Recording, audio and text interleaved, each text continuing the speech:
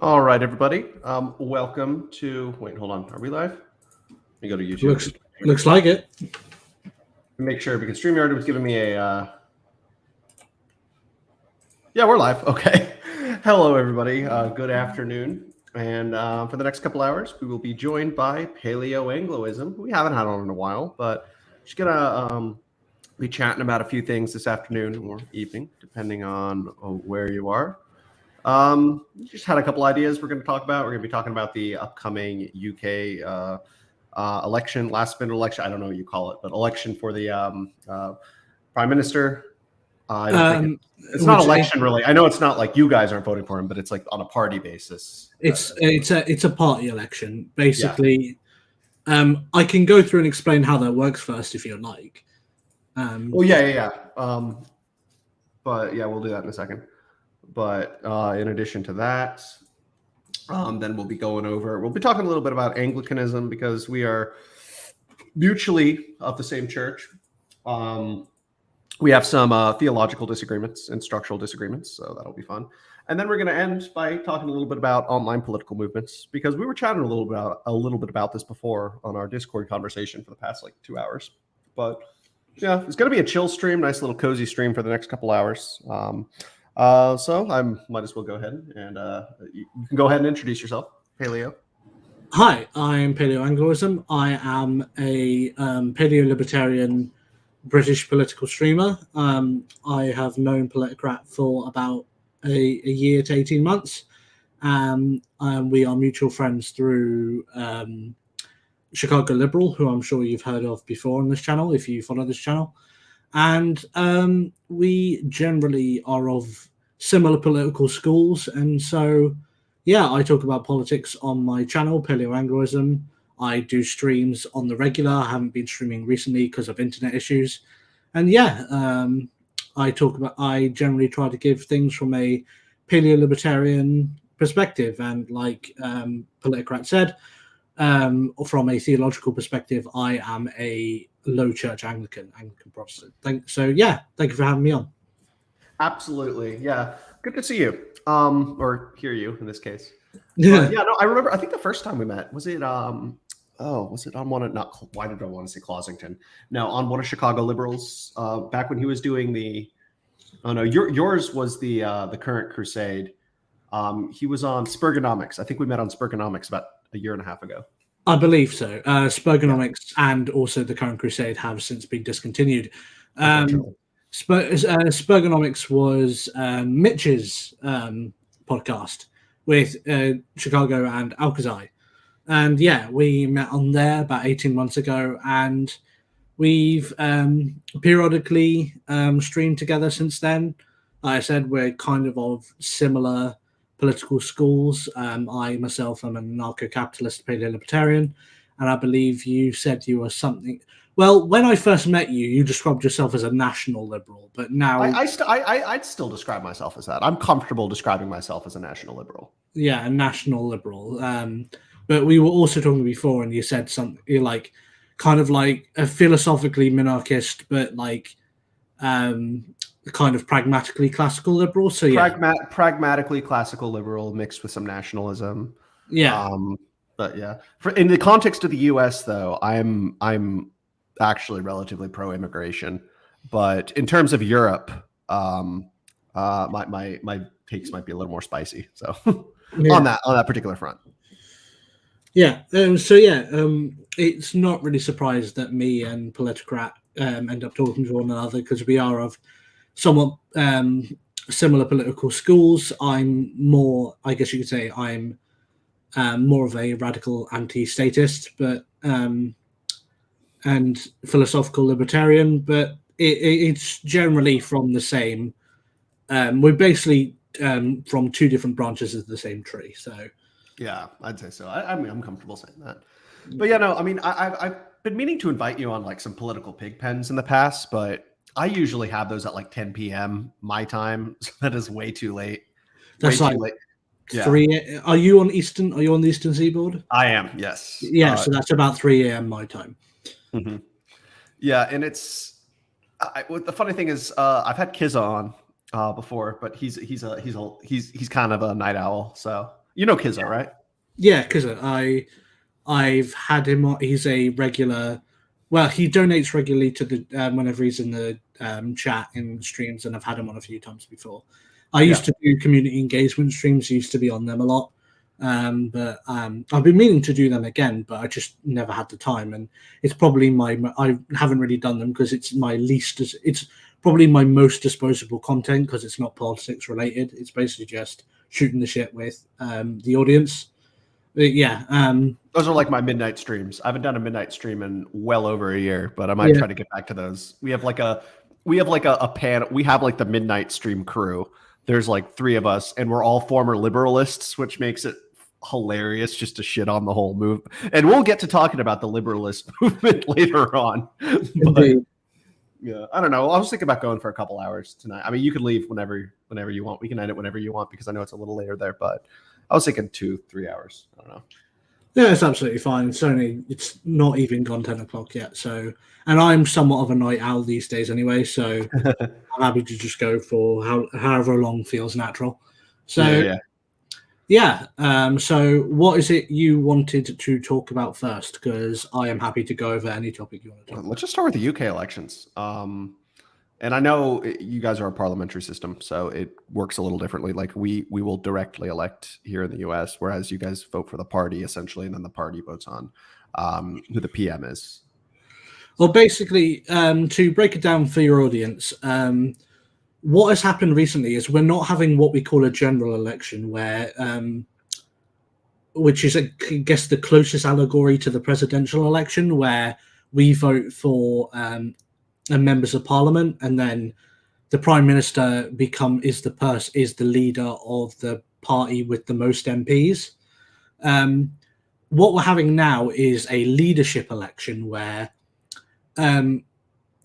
what happens is it's broken up into several rounds where a bunch of MPs contest the leadership of a political party, and in each round members of the MPs from that party vote on each member, on all of the members over and over again. And in each round, the person with the least MPs is voted out until the final 2. And that is when when the final 2 have been found out, which they have at this point. It's Rishi Sunak and Liz Truss. It goes to the party. It goes to the party membership, and that's about roughly 100,000 people for the Conservative and Unionist Party. So I'm just gonna say. So I think Liz Truss was significantly better on economics as opposed to Sunak, who's essentially a Keynesian. He's like a free market Keynesian. I describe him. However, I think Sunak as a person is like more memeable and more likable in a lot of weird ways. Sunak is basically people don't have a bad feeling about Sunak because I think he's going to be Boris 2.0 essentially. That's at least the sense that I get. Well, it's not even that. It's the fact that basically we're having a load of economic issues now directly as a result of the COVID lockdowns, which is something that kind of anti-lockdown people have been saying from the beginning. And it's hitting now, and people are starting to feel the pinch from it. Yeah. And this is and Sunak was the I guess you could say the economic head of the government at the time, and so a lot of that falls on his shoulders. And so people are like, well, why would we vote for the person who put us here in the first place? Which I think is mostly fair, but it's also I do think it's a little unfair when you consider that most of the population were pro-lockdown measures at the time. So it feels like people are basically just reaping what they sow, and they loved reaping, but they hate it, but they hate sowing, and they're looking for someone to blame, and that person is Sunak. Now, Sunak is partially responsible, but it's not the whole picture. I remember what was funny is, so of course, absolutely nowhere near as good as the original, but what did make me laugh was there was the reboot of Spitting Image. It was Rishi Sunak. He was it was like Santa Claus is coming to town, but it was Rishi Sunak just giving everyone free money. Yeah, pretty much. I would say our COVID package was quite a bit more substantial than the American one. But that also meant we were printing a fuck ton more money than America was. Boris is basically. I was just going to say. Yeah. Oh no, I was just going to say. So Boris, back in the day, branded himself as like a classical liberal kind of guy, quote unquote. But he was to the left of Biden. Well, yeah. Basically, Trump. I love a lot of people when he first got elected was calling Boris the American Trump, the British He Trump. definitely wasn't. I thought that was dumb. Because they both look like they both have goofy hair. Yeah, and are fat. They compare them to each other. It's so stupid. It's because Boris at the time was banging the populist drum with Brexit. But he's definitely not a populist. Boris is like the definition of an elitist. No, he is an elitist, like sort of establishment neoliberal, and he like neoliberal globalist, and that's kind of come to light. He does still have some level of support among the working class, but that's mainly just like thick-headed people who don't want to admit that they got played. And that's basically because here's the thing. Why the 2019 general election was significant for Boris Johnson was because what's known as the Red Wall, which is like the areas in northern England which like religiously vote Labour, a large portion of the Red Wall voted majority Tory for like the first time in anywhere from like 40 to 100 years. Yeah. No, they were just fed up with. It was. I saw the. It was like late 2019. It was like December 2019, I think, or no, November, December 2019, when Boris was elected. I saw that as less of a vote for the Conservative Party and more of a referendum against the Labour Party, more specifically Jeremy Corbyn. Yeah, it was. And it has helped the Tory party that Keir Starmer, while not as incendiary as Jeremy Corbyn, he's just as bland as as bland as tack. He's just bland as tack. He doesn't. There's nothing to him. Mm-hmm. He's beige as beige can be. He's like the quintessential boring politician, and this has led to people. He's just not inspiring at all. And he's also, and again, it goes back to that the whole. And so this is the one thing I'll give the new spitting image. At least it was good with the caricatures of the like what was it? It was like what's his Keir Starmer was like a fucking like lame superhero. That was like what they played him out as. Yeah, he's Keir Starmer. He's and it didn't help his case that he is basically being pulled into like he's described by the Corbynites, otherwise known as the Momentum movement, as like a Blairite. But he's which is like again sort of progressive neoliberal social democrat type, but he's not because he's not quite a Blairite, but he's not quite a Corbynite either. He's somewhere in between, and he's basically being pulled in both directions by both the Blairite faction and the Corbynite faction, and he's trying to appeal to both and ends up appealing to neither.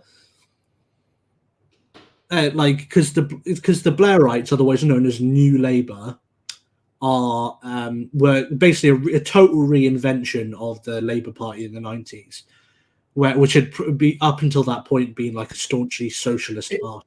It started with Kinnock, right? Yeah, Kinnock wanted to reform. And I actually kind of like Kinnock. Like, just at least I don't necessarily agree with all his policies, but I at least think he was one of the last honest Tory. I mean, not one of the last honest Labour politicians you guys had. He wanted to reform the Labour Party to make it electable. Yeah, no. He basically that was the joke and I think that minus his foreign policy on economics, Blair was actually okay in a lot of ways, but I don't hate New Labour. I don't like their their social views, but I think from a pragmatic perspective and from an economic perspective, New Labour was okay. However, if you think about it, the modern Tories are basically just like new Labour. The New Labour, but then the Corbynites kind of branded themselves as like the successor to Old Labour, which is like obviously the staunchly socialist. But the thing is about Old Labour is that not only they were staunchly socialist, but they were also staunchly nationalist and very patriotic. Whereas this New Labour, in like sort of Corbynite New Socialist Labour, is very progressive and very globalist. So it's like, and very kind of like anti-Western, like Jeremy Corbyn, like praising like Venezuela as like an admirable socialist country, and like, the sort, if you just have to look at a Labour Party conference to see just the absolute shit show where it's got like activists and politicians calling each other comrade and talking. That's so cringe. I'm sorry, that is really cringe. Comrade, all of our trans comrades. Yeah, and just using alphabet soup language. I'm gonna need to take another shot for that. I'm sorry. Yeah, it's just alphabet soup language which is just completely insufferable. And it's basically like do you know the Justice Democrats conference? Is it like where they're like going, point of information, can you not clap your hands because it's triggering to autistic people? It's like that effectively, but a British version. It's like reverse Jeb Bush, where he was like, please clap, but no. Yeah. It's basically like, think of a Justice Democrats conference but worse. And I've fortunately never been to a Justice Democrat conference, but I almost managed a Justice Democrats campaign. I'll tell that story another time, but it is kind of it's an interesting story because I met him at a 7-Eleven and he asked me to manage his campaign because we just started talking about politics. He never ended up running though. Well, speaking of party politics, I don't know if you mind revealing this information on stream, but if you had to, say there was a presidential election tomorrow and the running was Biden as an incumbent and either Trump as the challenger or DeSantis as the challenger, which party would you vote for? If it was Trump, if it was Biden versus DeSantis, hands down DeSantis. But if it were Biden versus Trump, I'd probably vote third party. What, like Libertarian Mises Caucus? Yeah. I'm a member of the Mises Caucus, so. Yeah. Sorry, just pouring myself some more rum and coke. Oh yeah. I just did a shot of cheap vodka. So nice. I'm on the same page. In order to have these conversations, I don't think we can be perfectly sober. Yeah. Basically, I think the problem is in the UK is that, and this is the problem with a lot of European countries, what American right-wingers don't seem to understand, and when they kind of dunk on European politics, which they do, and I kind of understand why, world hegemon, like, everyone knows about us, but we know fuck all about anyone else, that sort of thing. It's an understandable attitude, to be honest. I don't really, blame Americans for it. Is that we don't in a lot of the European countries, we don't have a legitimate right wing, at all. I've always said the Conservative Party, on policy, is identical to our Democratic Party, at least the centrist Democrats. Yeah, the Conservative Party in the UK is a fundamentally centrist party. I'm not sure if you've heard of the political satirist YouTuber. He plays like a sort of cynical news reporter, a British cynical news reporter.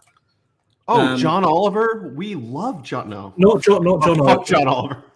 Not John Oliver. He runs a YouTube channel. Anyway, well, basically, he said at the time Theresa May of the Tory Party was the Prime Minister.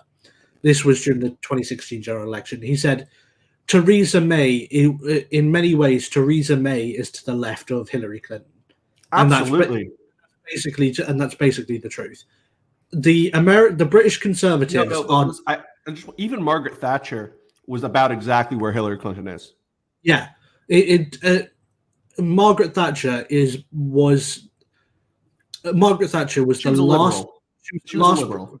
She was, but she was the last prime minister I would come like due to her social attitudes, because she introduced anti-LGBT legislation, like explicitly anti-LGBT legislation, and her That's attitude. still a liberal in the 80s. Like, But my point is that she's the last Tory I feel comfortable calling remotely right wing. Like the last concert, like after her, there was John Major, and then it was Tony Blair, and we enter into the modern era of British politics. yeah. And Um, like, and I mean, we had a similar thing in the U.S., similar to New Labor. We actually called them the New Democrats, which were center to economically center right Democrats. So Bill Clinton is like the quintessential New Democrat. And mind you, Bill Clinton, absolutely terrible human being. He's probably going to rot in hell one day, but he was not a bad president. He was actually a pretty decent. I'd say he's the last above average president that the U.S. has had. because see, with Tony Blair, he was very much the Tony Blair's mission. If you consider New Labour's mission statement, it was effectively to Americanize the UK. It was that they call it Blatcherism for a reason. Yeah, it was basically to Americanize the UK. Basically, what they wanted to do, like for example, a lot of Britain's major constitutional changes in the past few years were pretty much all to remake Britain in the image of America. For example, devolution of Parliament on historic national grounds. So there is a Welsh Parliament and a Scottish Parliament and a Northern Irish Parliament, and sort of further restriction of the monarchy's powers, and selling off Britain's gold to further tie us to selling off Britain's gold and silver. Admittedly, that was during the financial crisis, to further tie us to the American dollar and whatnot. And I believe there was even talks of a written British constitution, though not obviously because Tony Blair was a bit of a bastard and a bit of an authoritarian. To be fair, a written UK constitution is not a bad idea so long as it's permanent and it doesn't end up like, it's not like Canada's cucked constitution, or the cuckstitution, as I call it, where they can just change it at will. They can just change it at will, because the American Constitution is the single most durable constitution in the world. Like, it is ridiculously hard to change. The problem with a British constitution is that up until now, we've went with an unwritten constitution, which basically means any law that's passed by Parliament is considered constitutional. That seems problematic to me. I mean, personally, there's the problem with that is that basically what we have is like a lot of people, like a lot of the one of the main American critiques I've heard is that this, like, over a long period of time, this would just muddy the law into an unreadable mess, because there'll be like contradictory laws.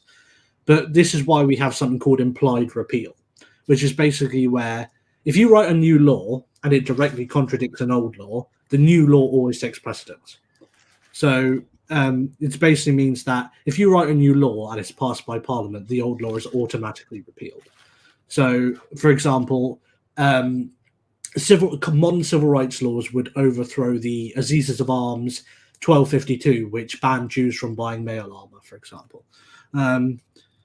Like, that's a legitimate thing that was passed in the 13th century in England. Jews were not allowed to buy chainmail armor. No, I'm kidding. No.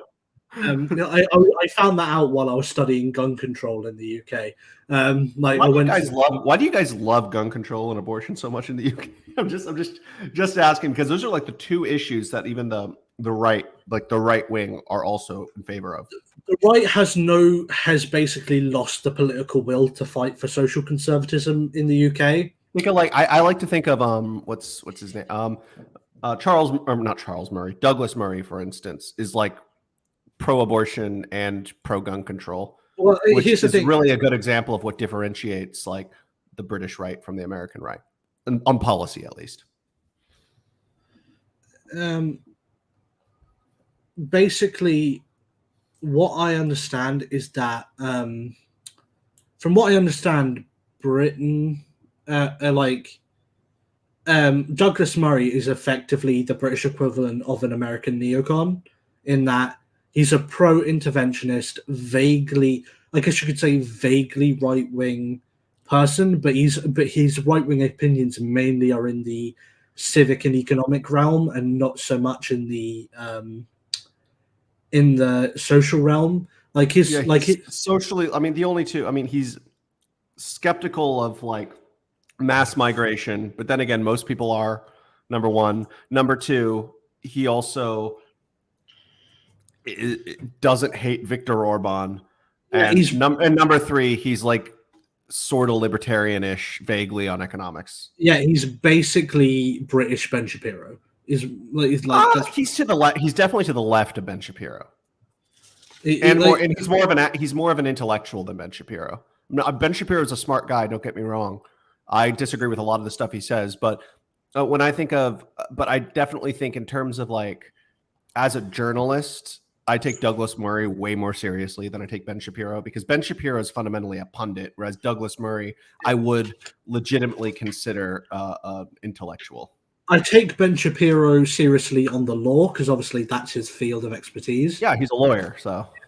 But when it comes to like stuff like academic matters, Douglas Murray is a lot more on the money.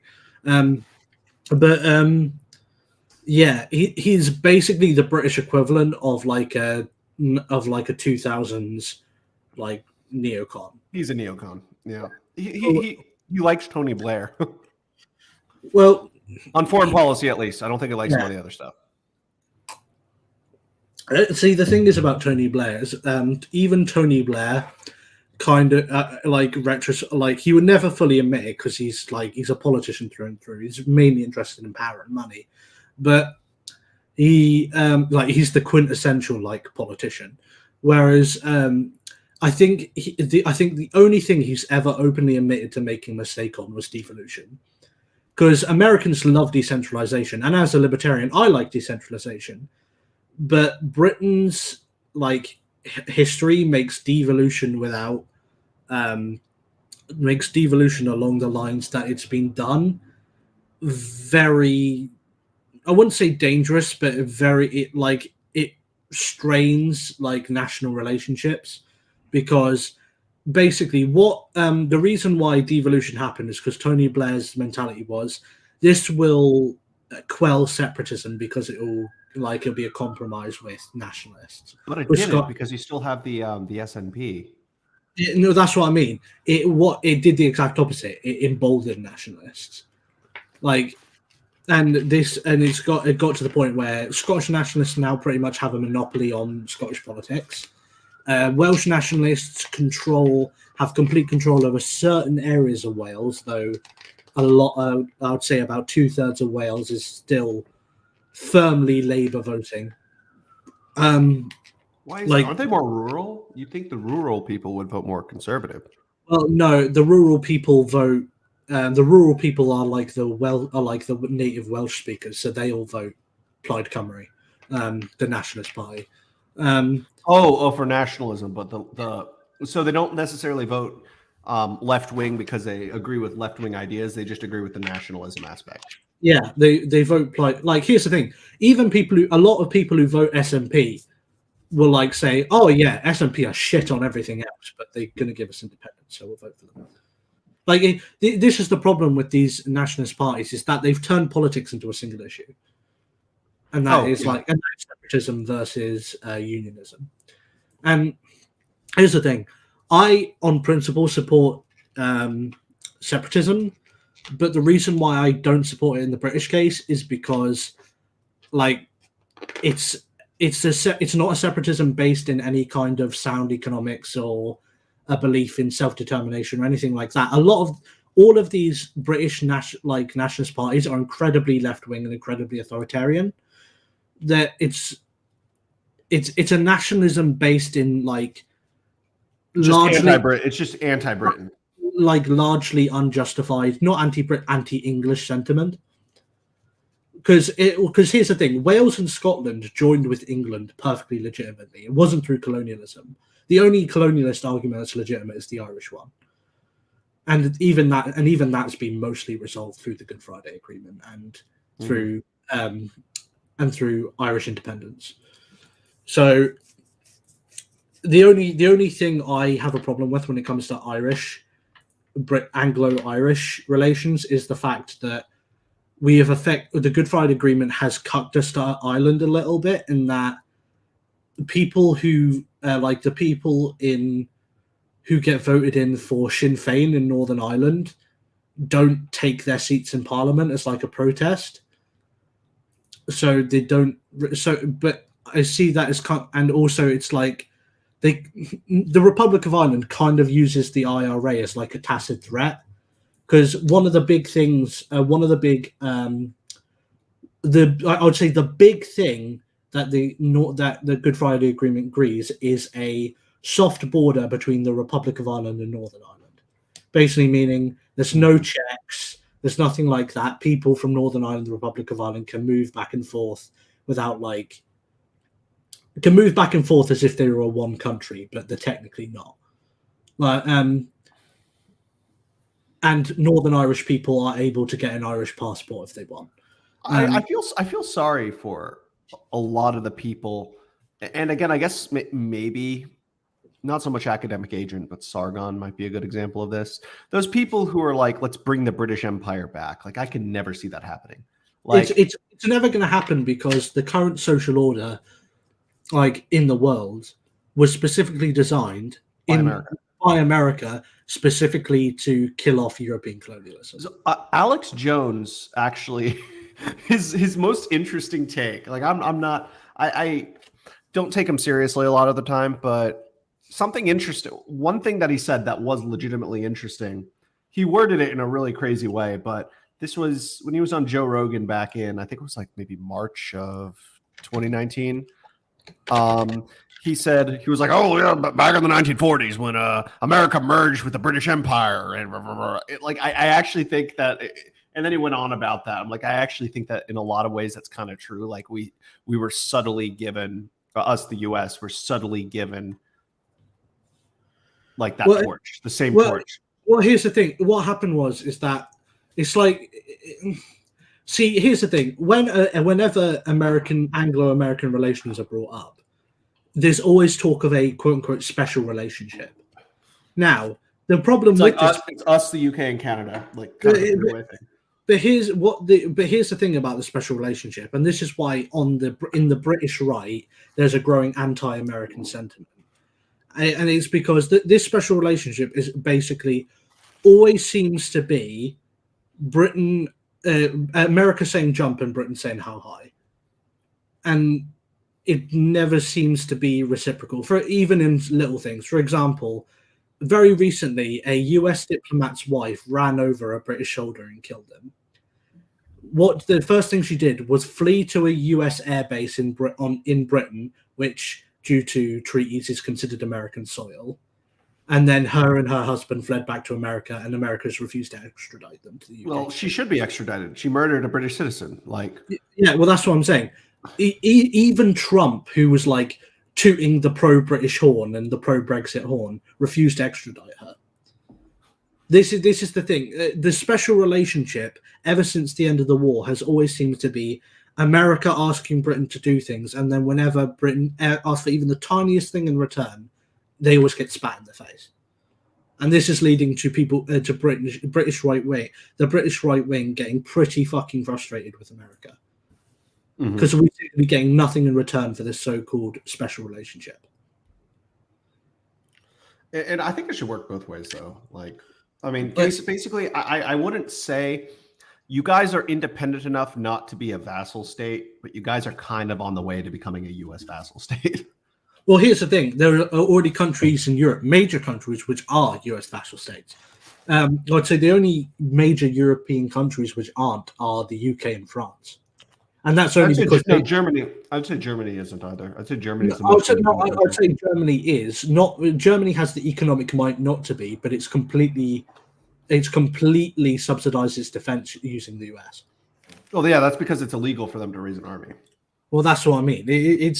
It can't under those conditions it can't not be a U.S. vassal state, even if it has the economic might to not be one. Whereas France and Germany are the biggest military powers after the United States, and they have the geopolitical clout to kind of go out on make their way in the world on their own. Are they more powerful than Russia and China? Britain and France? In terms of numbers, no, but in terms of their overall spending and actual technology. In terms of their overall military acumen, the only basically if we consider, I understand there's like a 5-tier system for ranking countries in terms of their geopolitical power. Like there's, I believe it's country, local power, continental power, world power, and superpower. US is the only superpower. The United Kingdom is the only world power. France is considered the continental power of Europe, because Britain is considered a world power. And then each continent has its own continental power, and then there's local powers, which are like countries which are like significantly more powerful than their neighbors. And that's basically the reason why Britain is considered a world power is because it has it along with France are the only ones with, like, America's the only one with a rank 1 blue water navy, which is basically a blue water navy with multiple carrier fleets. Mm-hmm. Whereas Britain and France are rank 2 blue water navies, which basically mean they are a navy with 1 carrier fleet, whereas all the other navies in the world do not have carrier fleets. They have carriers and they have fleets. They don't have carrier fleets, yeah. Yeah. And Britain is basically able to. Britain is the only country other than the US that's able to project its power anywhere in the world within 48 hours of deployment. Britain can have 40,000 soldiers in anywhere in the world within 72 hours. And the US is able to do it, I think, in because it has bases all over the world in 36. Okay, so Pope Benedict is trending on Twitter. I thought he was dead for a second. I was like, oh shit, I was going to go there. But I think that is a no. But apparently he just met with Pope Francis. But on that note, that might make a good transition to our next topic. Yeah, sure. The Anglican Church. I know you and I are both Anglicans. I'm confirmed in the American Episcopal Church, which is the American branch of the Church of England. But one of the biggest differences between the two of us is you're a Protestant, I'm a lowercase Catholic or Anglo-Catholic. And I know we've had theological debates on that in private, but yeah. Yeah, basically Anglicanism, due to its history of English/British kings constantly flip-flopping between Catholic and Protestant, not necessarily with individual kings or queens, but just as each new successive king or queen comes about. The Anglican Church has constantly flip-flopped between its status as being Protestant or Catholic, and even within the Catholic, whether it's independent of the Roman Catholic Church or part of the Roman Catholic Church. And it's basically landed in a point where, and I think this was something that was originally pioneered by Elizabeth I, where, it was an idea that first came up with Elizabeth I, but it's something that developed over the next couple of centuries. Like the Elizabethan reform, it was something, which is basically where the Anglican Church is basically a compromise church, where you can be Anglican and Anglicanism both has a branch of, I guess you could say, not Roman Catholic, but traditionally Catholic theology. It was like via media or via media, the middle road or whatever. Yeah, and it also has a branch of reformist Protestant, and that's the split between you and me, because you're part of the Anglo-Catholic branch, and I'm part of the Anglican Protestant branch. Yeah, because it was originally when Henry VIII, I know, or no, for the first like 1,000 years of the Anglican Church's history, it was in communion with Rome. Like, I mean, it was founded by Augustine of Canterbury. So, Well, sort of. That's what we say. That's what we like to say, even though they were Yeah. still Roman Catholic, but it was still the church. It was still like the English church. It's not so much that. My one critique of that assessment is that the English church, like as in Christianity in England as a formalized single church, existed before the formalization of the Roman Catholic Church. Like a formalization of an English church existed existed in England from as early as the 4th century AD. Well, yeah, I mean, you could even, I mean, then if you want to take like the legends series, I know it's just a legend, but traditionally you could also go all the way back to like Joseph of Arimathea too.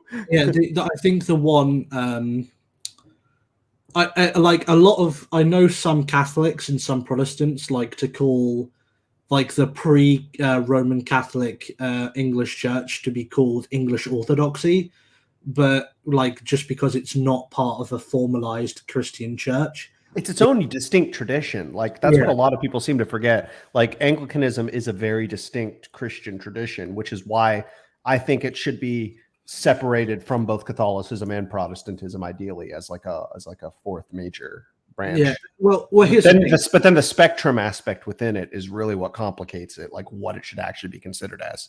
Well, here's the thing. It's like like even among Anglo-Catholics, I believe, though, feel free to correct me on individual cases.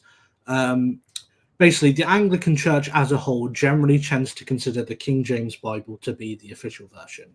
Yeah. Whereas I know some Anglo-Catholics do tend to use the International Revised Version, like the Roman Catholic Church does. I'm not really sure. But I know some sub-branches of Anglicanism do tend to use more pro-Catholic versions. But the Anglican... I'm personally partial to the King James just as like a work of literature. It's objectively the most beautiful version of the Bible, like no contest. As a work of literature. Well, here's the thing. I would say it's very much an influential version of the Bible anyway, because a lot of branches of Christianity that have branched off from Anglicanism still use it. For example, even really niche, well, I wouldn't say niche, but niche by Christian standards, branches such as Mormonism still use it.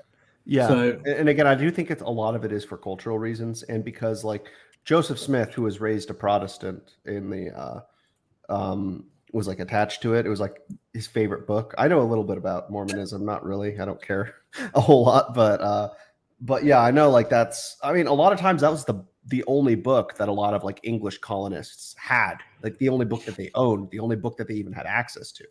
So yeah. What about reading the I just saw in chat, what about reading the Bible in its original language? Okay, so for me, I say that the most accurate translation would be to take the Bible and then analyze it in terms of like textual criticism on the basis of what those idioms and what those sayings actually meant within the context of the times in which that particular book was written. Because I think one of the biggest problems, especially with Protestants, they tend to view the Bible as a continuous book when in reality it's more of an anthology or it's more of a library. And that's something where I think a lot of evangelical Protestants seem to forget. And so I would say that the King James Version, even though I think it is objectively the most beautiful version from a literary perspective, it does have like it's essentially a translation of a translation of a translation of a translation. And because English is a very weird language, things don't translate like all that accurately in a lot of respects. So you would have to reverse translate it you'd have to reverse translate it from, well, in our case, English to Latin, and then from Latin to Hebrew, To Aramaic, I think. No, it was from English to Latin, Latin to Greek, and then Greek in terms of the Old Testament, Greek to Aramaic. Greek to Aramaic. Yeah. Right. And then there are the proto versions of the Bible, which would have been written in like Akkadian also. Yeah. So it would be a very long process, but I'm sure you could glean a lot of historic context by doing that. It's like you have to remember ancient languages is actually a relatively new study in the modern world. For example, we didn't even know the true translation of Egyptian hieroglyphs until we found the Rosetta Stone and then also ancient Akkadian too. That was not until the 1870s or the 1850s, and they couldn't translate Gilgamesh until then. And I remember that's what the Book of Gilgamesh was, what corroborated like a renewed belief like that the flood might have actually happened, because completely different cultures like comparing very similar stories. Well, here's the thing. It's like it kind of, and also I think a lot of Christians also found a lot of renewed faith in it, where because cross-culturally there was this talk of like what they consider the gods, which we would just consider God, creating a being to come down to earth as like their representative. For example, Gilgamesh in the is 2/3 God and is created by the gods to kind of be their will on earth. But unlike in the Christian tradition, where Jesus does this faithfully, Gilgamesh rebels against the gods and basically just lives his own life as he sees fit.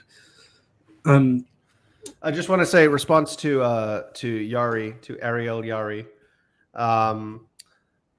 So yeah, that he is actually correct on that point. But just in response to that, we also need to consider the fact that both Aramaic and Hebrew are offshoots of the Akkadian language, which originated in northern Mesopotamia. And we need to remember that Abraham, who, while not a Jew, of course, Abraham was a proto-Israelite, a Hebrew. That was before Judaism was a thing. But Abraham was an Akkadian, or was a Mesopotamian, spoke Babylonian, or not Babylonian, spoke Akkadian, was from the third dynasty of Ur. My theory was actually always that that Abraham, like one of the main driving factors that ended up leading to him moving, was the Elamites going in and conquering Ur, which I think is an interesting thing to explore, because it happened around the exact same time in which Abraham historically lived.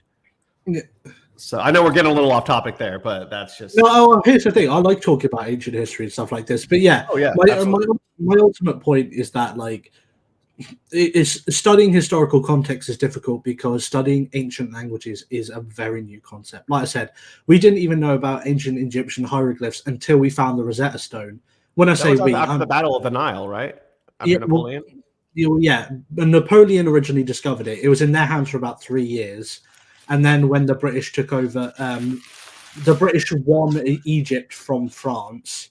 The British demanded that a lot of the historical findings were handed over to the British Museum, because the British Museum was kind of on a bend of preserving ancient things that were discovered.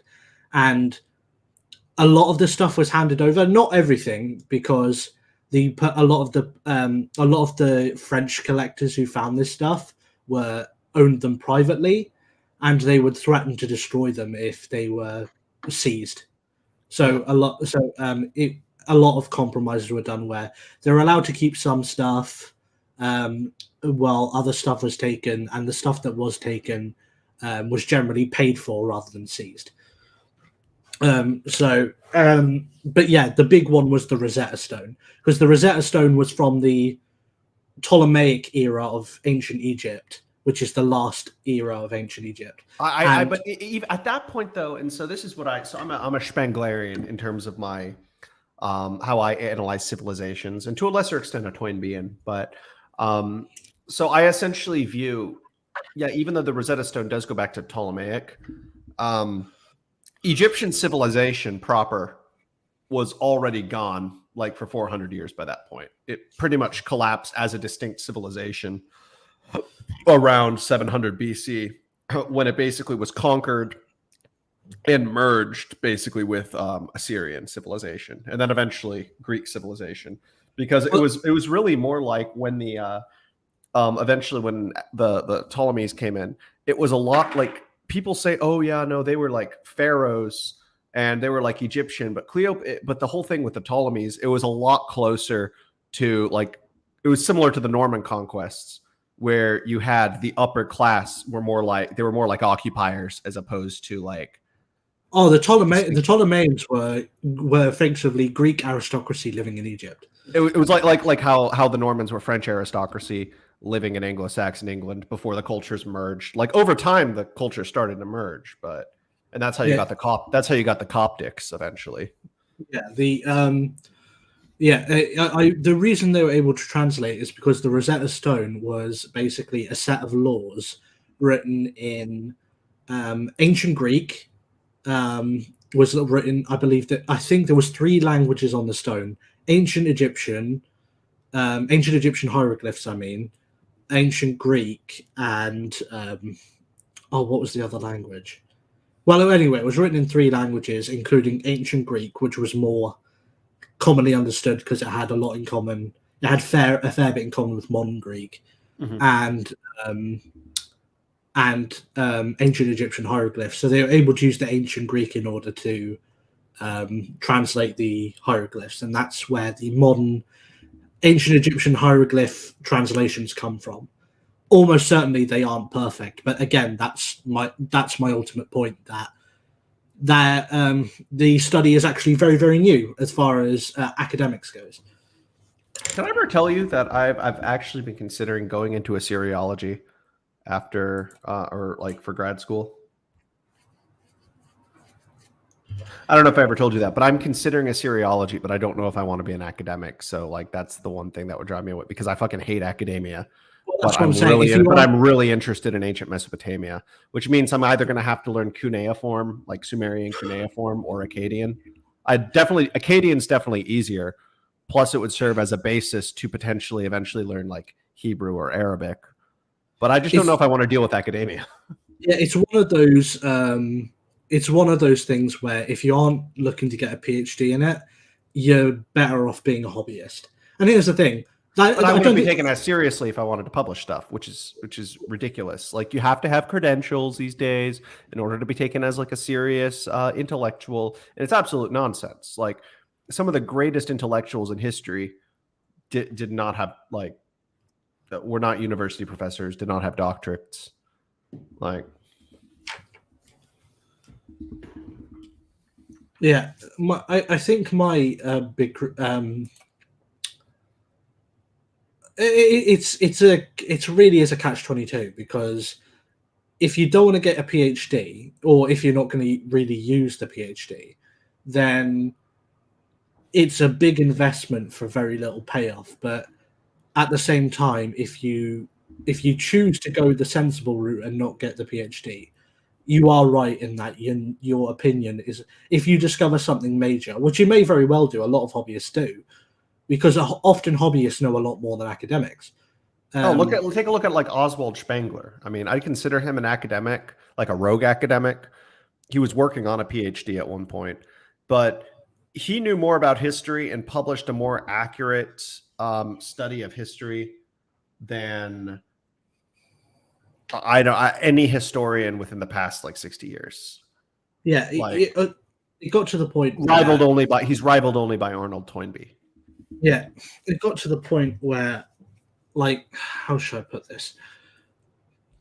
You aren't, if you are a hobbyist, it's very likely you won't be taken seriously. You are right, but again, you have to make that cost-benefit analysis about whether, for how little you're going to get out of it, if the PhD is even worth it. That is something you're only going to. That is a kind of cost-benefit analysis you're only going to be able to make on your own. And it's very much a case of. And here's the thing: if you cut, it's going to be one of those things where you may choose to do it and then come to regret it halfway through, or you may choose to not do it, but then always have that lingering feeling in the back of your head that, oh, I should have done it. It's just one of those things where there is no perfect answer. You may just have to take a risk and either decide to do it or just resign yourself to not be taken seriously without seriously fighting to have your discoveries, given a look at. Do you know what the worst part about hobbyists discovering stuff is that you can't really take your discoveries to academics, because academics, if you take it to an academic and they decide that your discoveries are valid and they decide to publish it, they're under no obligation to print your name, because they'll just use it as their, because they can just put their, because they're the accredited person, they can just put their name down. Yeah, it's absolute nonsense. That's why academic, like, okay, so who would you say is worse, academics or journalists? I'd say journalists are definitely worse. I would say on an individual basis, I would say journalists, but I'd say on a societal harm basis, probably academics, because here's the thing, academics I might be leaving the reverse, but go on. Sorry. Academics create journalists. That's my opinion. Academics create journalists. Like, you know me, I'm one of the more, I don't want to use the term anti-Trump because I don't want to be affiliated with like TDS dumbasses, but I'm one of the more critical people of Trump in our pulpit. 100%. I think, I mean, we've debated this before, but Trump was spot on when he talked about journalists and just the media being the enemy of the people. They absolutely are, 100%. I think, but I also think academics are in that same boat, because yes, academics can discover important things, but at the same time, they are also the means through which society-wide indoctrination can and does take place. Oh yeah, it's all trickled down, and I think a lot of the stuff we're seeing in modern academia, a lot of the quote unquote woke stuff, it is not real. I know I sound like a bit of a conspiracy theorist here, but I seriously do think that it is the result of Soviet infiltration back in the 70s. I'm not sure. I'm not sure I would agree. I think that's part of it, but I also think I'm of the opinion that Soviet Marxism and the Marxism we are seeing today were two competing schools. Because Soviet Marxism was orthodox Marxism. It was the sort of classical, like Marxist-Leninist type of Marxism that spread across the world at the beginning of the 20th century and battled it out with the West for the rest of the 20th century. Whereas the kind of Marxism we're seeing today, a so-called post-Marxism or neo-Marxism, if you like, is much more in the vein of Gramsci. I'm not sure if you know who Gramsci is. I actually kind of respect Gramsci. Gramsci is a what you call a neo-Marxist philosopher. Mm-hmm. He was the one who came up with the concept of cultural hegemony. I know. Yeah, he came up with the idea of cultural hegemony, but he also was kind of the father of Marxist cultural capture. He was the one who basically came up with. Basically, he got arrested in fascist Italy, and basically he sympathized. I know he sympathized with the fascist movement, though. He did, but he's definitely, in terms of as far as like socialist communists go, he was definitely more on the quote unquote right, at least in terms of his cultural beliefs, because I know he was like a devout, like pre-Vatican II Catholic, and he was also very anti-materialist, but he supported communism because he believed that, even though it's a materialist ideology fundamentally, I know he believed that communism, he wanted to use it for anti-materialist lenses, but then people took his praxis and applied it to like basically what would eventually evolve into the woke shit. Well, this is what I'm saying. Gramsci, what happened was Gramsci was arrested in fascist Italy, and rather than kind of like blaming capitalism or anything like that, he was probably one of the most introspective Marxists out there. And basically, he basically decided, because he was kind of championing Marxist movements in revolutionary Italy at the time. Before, like, even up up to and including during the fascist era, and that's what got him arrested. And basically, he asked himself, what is going wrong? Why are in these certain countries communist revolutions happening super easily, while in these other countries it's really difficult to get a communist revolution going? And he discovered, well, it was his opinion that the only time a traditional communist revolution in the style of Soviet Russia can take place successfully, it's when industrialization has not yet happened to the degree by which a comfortable middle class has been created. He says once a comfortable middle class exists, it's very hard to get enough people on side to create a communist revolution, because the fruits of capitalism have already made themselves apparent to the population. So, he says this is why he believed that it succeeded in Russia, because Russia was about 100 years behind the rest of the world in terms of socio-economic development. Yeah, and that was where Marx failed. Marx predicted, I know, that communism would take off either in Germany or Britain, which were the two most industrialized states in Europe back in the middle of the 19th century. Yeah. But and the thing is, the reason it was strange, because Russia was not a particularly industrialized country, and Marxism specifically implies to urban industrial workers, and you cannot really apply it to farmers. It's not the same as like agrarian populism, which is a very distinct U.S. tradition in a lot of respects. But it was just interesting that it took off in Russia, of all places. It's like the people were desperate for something else other than like an oppressive czarist system. Well, the reason they transplanted a Western ideology to put into a Russian context, and that was just Russia is basically responsible for westernizing itself inadvertently.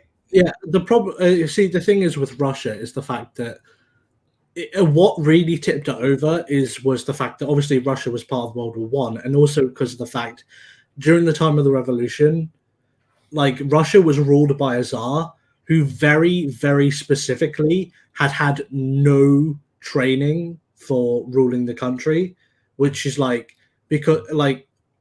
and he was known, and Nicholas II was known for being a bit of a kind of a nervous, unsure, like kind of just a big kid, if you like. But at the same time, he was very childishly unwilling to compromise with people. Like a lot of the early Russian liberals didn't. Isn't that kind of how people viewed George VI at first too? Yeah, it's why. But by that point in Britain, George VI kind of didn't have a choice, because we were already a couple of hundred years into being a constitutional monarchy. So, do you think his brother would have made? This is a question for you. Do you think his brother would have made a better king had he not, of course, married proto Meghan Markle, aka Wallis Simpson? No, because he was very much someone who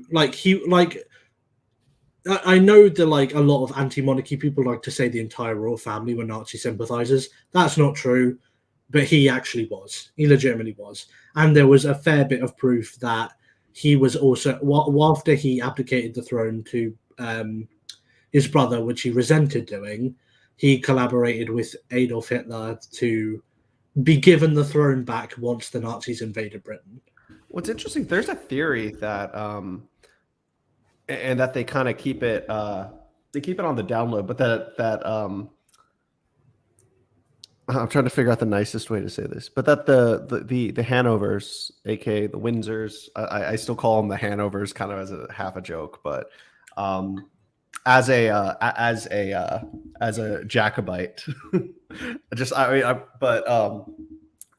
that a lot of them historically have been on the spectrum. What would you have to say about that? Like, you mean autistic? I know Prince John, who died, I think 1919 when he was 13 or so. I know he was very, very autistic. The royal family have been known to have their bouts with mental illness, specifically in later life. Not usually when they're young, but in later life, yes. I wouldn't be surprised if some of them had mild autism, including the current Queen Elizabeth, I because they're think very Prince Charles, I think, has probably a moderate Asperger's. yeah, because they're very task oriented, I suppose, and it's made them very good constitutional monarchs. I'm not sure how good it would make them as absolute monarchs, but as constitutional monarchs, it's actually made them very effective Yeah. because they're very task oriented people. And then I think King George III, I think he had bipolar disorder or something, Yeah. but it didn't manifest till later in life. Yeah, that's what I'm saying. And like this and George III was also a very he was a very emotional man, and this made him stand out as a king because like the kind of propagandist view of George III where He wasn't an authoritarian. He was not an authoritarian he leader. was presented as Mad King George the Tyrant. Like he's first of all he wasn't mad, and like you said, at most he probably had some mild mental health issues in later life. Did you ever see that movie with Nigel Hawthorne? I don't know how accurate it is, but there was that movie that came out like late 90s, early 2000s, maybe. It's the one where where King George III goes on the rant about the colonies and he gets proper emotional about it. Yeah. Yeah. So. That is probably one of the most accurate movie portrayals of him as a man. Like he was George III had there's a few things other than taxation without representation. 1994 Madness of King George. That's what it was called. There were a few things about other than which the colonies disagreed with him, which have kind of been whitewashed out of the American mythology, I suppose, is the fact that King George was actually very big on private property rights, and he was also very big on private property rights, and he was also very big on native culture. Yeah, Oh, sorry. He was very insistent that any treaties and private property agreements with native tribes be respected, and a lot of colonists didn't like that because they wanted to expand the colony's borders. And George III was like, "No, that's their land. You leave that to them." Yeah, and he was very, I guess, Hamilton, kind of like Hamilton in a lot. I mean, Hamilton was the OG American conservative. I know. He was also an American monarchist. He was a crypto monarch. He basically wanted Washington to be king. And this is what's really funny. So I think the musical Hamilton, it's a good musical, but it's very overrated. And what's hilarious is how, because like the gimmick of it is it has a multicultural cast, so everyone's automatically going to assume, oh, it's this great like liberal musical or whatever. What's hilarious though is they seem to forget Alexander Hamilton was like the furthest right American politician probably ever to exist. Yeah, he was very much he wanted George Washington to be king. And do you know what his secondary plan for monarchy was? I mean, I know he wanted George Washington to appoint all of the senators. No, his secondary plan, if George Washington refused to be king, his secondary idea. I think he presented this, but like no one wanted to go for it, because obviously a lot of American politicians were all about separating as much from Britain as possible after the Revolutionary War. Was that he wanted to go to Britain and ask them to give one of George's brothers, who was significantly younger than him, to be King of America. That's hilarious. George III had like three brothers, and I think one of them was like not even a teenager when the Revolutionary War happened, and he basically wanted to take one of his brothers. I think one of them was dead by that point, so I think it would be one of his two remaining brothers and make him King of America. So keep talking about this for a second. I need to excuse myself just for a moment. You can keep telling the story, but I just need to go get something to drink real quick. I don't want to just like abandon the audience. So you have the next 30 seconds to take over my show. And here's the thing. It's not even monarchism in America was like after the fall of the First Empire, which is basically what the era of the 13 colonies is called in British colonial history. Like George, like that is kind of where history regarding George III ends for Americans. But George III went on to rule for quite a few more years before he eventually passed on. And his dynasty, the Hanover dynasty, ruled Britain for the Hanover dynasty ended in 1901, so for maybe another century after he died. I was just telling them about how, even though American history regarding George III, American history regarding George III, kind of ends with the revolution in 1776. Mhm. Like George III went on to rule Britain for like another 25 years after. I consider him, even though the British Empire, I mean, I know officially the British Empire began in 1701. The origins of it are really more with I'd consider the spiritual founding, with the defeat of the Spanish Armada. But like officially, it really like started being on the ascendancy right before the War of the Spanish Succession. But in terms of a true emperor, I would consider George III the first true emperor of the British Empire. Well, that's the thing. When the revolution happened, the British Empire split into two eras. The first empire, the first British Empire, and the first empire I know ended with in 1783 with the defeat when our rebellion succeeded.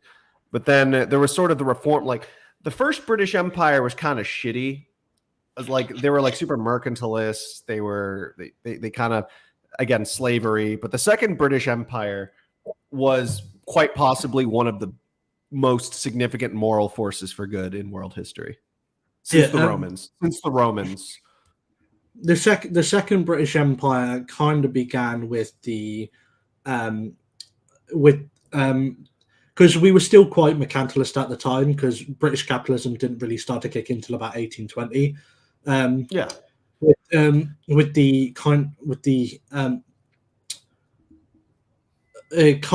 the East India Company solidifying its control over India as a whole. Which, here's the thing, that's one thing about British history that a lot of people don't realize. India, up until about the 1850s, was controlled not by the British government, but by a company. East India Trading Company, yeah. By a company. It was controlled by a business. It was the BEIC's military. Their private military was 5 times larger than the Royal Army, which is hilarious. It was controlled by a PMC, a private military contractor. Like, it was like a lot of people don't realize this, and it was only when Queen Elizabeth, who was quite a humanitarian herself, found out. Wait, first or second? Sorry, Queen Victoria, even. Queen Victoria, yeah. Victoria found out that the East India Company was refusing to end slavery in India, because obviously the British government didn't have any direct control over India and its laws. Was refusing to end slavery in India, and there was the rebellion against the East India Company. This led to Queen Victoria creating the British Raj and the British government taking direct control over India and her becoming Empress of India. Do you know the East India Company is actually still around, but they're just like a private tea company you could like order from? It's kind of funny, and it's like an official continuation of the same company. Somebody just bought the right, like somebody bought the company, like the remnants of it, and just turned it into a tea company that just takes tea from all over the world. You could like, it's like a subscription. It's a subscription service. You can directly deliver it to your house. Yeah, and there's also the I was going to say, because if you walk around London and that, you can find a lot of these companies that were founded during the mercantilist era, like the kind of the very early remnants of English capitalism, and you'll see they're like founded in like you'll say EST, meaning established, EST 1789 or 1802 and stuff like that. It's actually really interesting to see. My state, my home state, was literally named after one of those companies. Really? The Virginia company, yeah, or Virginia, my home state. It was named after the Virginia company. Yeah, that is effectively, and it really just goes to show like how high time preference modern capitalism has become. And it just goes to show how colonization works. It's not so much. I mean, with the Spanish, it was them sending out, like, it was officially government. I mean, of course, they're all government sanctioned, but it was like the government basically going out and taking direct control. Whereas with the British colonies, it was, and even with the French to a lesser extent, it was private interests. For the U.S. specifically, the South, it was the private interests, and then North, it was just like religious separatists. Who created, like, they still pledged loyalty to the king, of course, but they created their own autonomous little regions. And there is definitely a democratic kind of tradition within American colonial or British American colonialism. And it was like very decentralized, but that's why like space colonization is going to be very similar. You're going to have like these chartered companies that go out and start colonizing like asteroids and moons and shit. So. Yeah, it really just goes to show how high time preference modern capitalism is, if you even consider it capitalism. Like, I'm not going to get into the minutiae of that debate, but regardless, is that because I think the modern shelf like half-life of a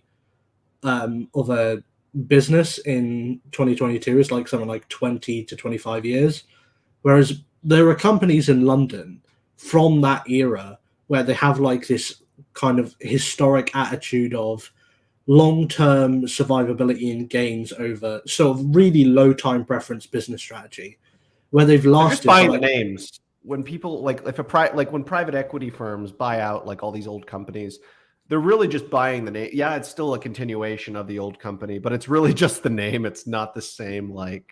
Well, yes, but even like the British tea company, like the East India Tea Company that exists now.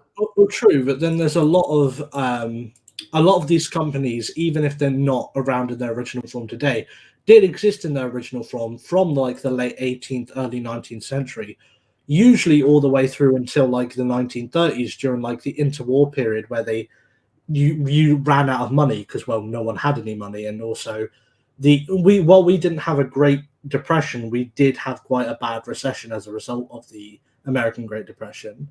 Like, we had quite a bad recession though because of our economic attitudes. We recovered from it quite quickly.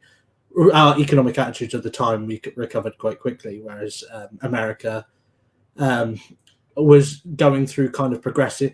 It was testing out. This was during the progressive era, so America was testing out progressive economic policies, which inevitably prolonged the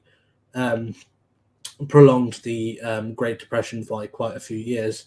Like, if you go back and actually look at unemployment rates during the Great Depression, by like 1931, like unemployment was beginning to recover, and then kind of the government's recovery strategy was put into place, and unemployment just skyrockets again.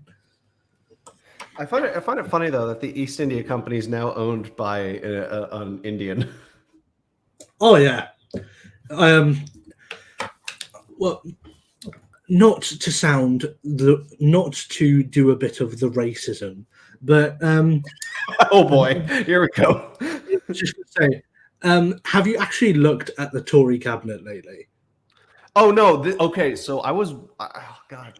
So I was watching or listening to, this was like about a month ago. Yeah, it was a Lotus Eaters video, and it was Carl was talking about how basically the Labor Party is an ethnic party at this point. It's just whereas it's the Tories who are the super diverse ones, ethnically speaking. Yeah, basically the Labour Party almost exclusively appeals to welfare spongers and not even welfare recipients as a whole, just like specifically the sponges who live off welfare permanently. And welfare sponges and like sort of white upper middle class progressives. Whereas the Tory party is like most of its upper leadership are of Indian or Pakistani descent. And like all the white people in the party are like backbenchers. Are there? It's I actually thought most Pakistanis were like the Liberal Party now, because I know they hate the Conservatives, but they also hate the no, because you recently had a I forget who it was. Didn't Jeremy Corbyn like lose a lot of Pakistani support though, because he was just referring to them like flippantly as like the Pakis or something? There was that, but there was also the fact that I know that's like the N word in the US. I mean, in the UK, basically, it's not a swear word here in the US, but I know in the UK it is. He basically lost any support from either side of the Israel-Palestine debate, because he considers Israel an apartheid state, but at the same time he's been very flippant to his attitudes towards like not necessarily Palestine itself, but like pro-Palestinian groups. And also there was the anti-Semitism scandal in the Labour Party under his leadership. It's like you have anti-Palestinian people, like you have Roger Waters, like anti-Palestine. I actually recently saw him live, but you have like anti Israeli government people like Roger Waters, or even people who like, I don't know if he believes that Israel has a right to exist as a state. I think he's probably more of like a two-state guy. But then you also have hardcore like. You have people like Ilhan Omar here in the US or Jeremy Corbyn in the UK who literally does not want Israel to exist and are just using criticism of Israel as a front for their rampant anti-Semitism. Like, oh yeah, they're very much a case of. Well, here's the thing: I'm very much willing to believe that a lot of anti-Israel sentiment is just thinly veiled anti-Semitism, but at the same time, I'm as someone who doesn't really have any skin in the game when it comes to the Israel-Palestine debate, because I'm a white English Christian. I don't really have any skin in the game. I don't really care if Israel exists or not. I just don't. I'm an anti. Why I care. Here's why I care. It's for pure pragmatism. Pure pragmatism. I think their government is a little sketch, but like at the same time, I think Israel's better than no Israel, and that's why I'm kind of skeptical towards the establishment of like a Palestinian state, because they're just going to become a puppet to the Persians. Well, I think. Well, here's the thing: even Palestine, as it currently exists, is not a unified place. Like Palestine was never a place to begin with; it was just a term to refer to the region. But what I mean is that like there's the West Bank, like there's the Gaza Strip, which is controlled by Hamas, I think. Hamas. There's Hamas and Hezbollah, yeah, and then there's the the West Bank and stuff like that. Basically, the rest of Palestine, which is controlled by other groups, and like it's presented as like this unified like anti-Israel place, but these are places that hate each other just as much as they hate Israel, and they're all just kind of bannered under one like term, which is like Palestine. And it does make you realize that if Israel was gone and Palestine became was returned to the control of so-called Palestinian Arabs, they would almost instantly start fighting amongst each other for control of the region, because they're not a unified people like the Israelis are. Mm-hmm. So, if you're talking about like stability, then yeah, Israel's probably better. But at this point, I really like, on a personal level, I really just don't care. Yeah, I know what you mean. That might be cold, but it's the truth. I'm an anti-interventionist. I really care more about what's going on at home than what's going on in the Middle East. In fact, I really just want to leave the Middle East alone to its own devices. Yeah, no, I agree. I think we should be more involved in the Pacific and Asia, but we need to leave the Middle East the fuck alone. Like we have no reason to be there. I think with Asia, it's a case of as long as I think Asia would be a lot more stable if America was willing to be a lot more like America was willing to put its foot down with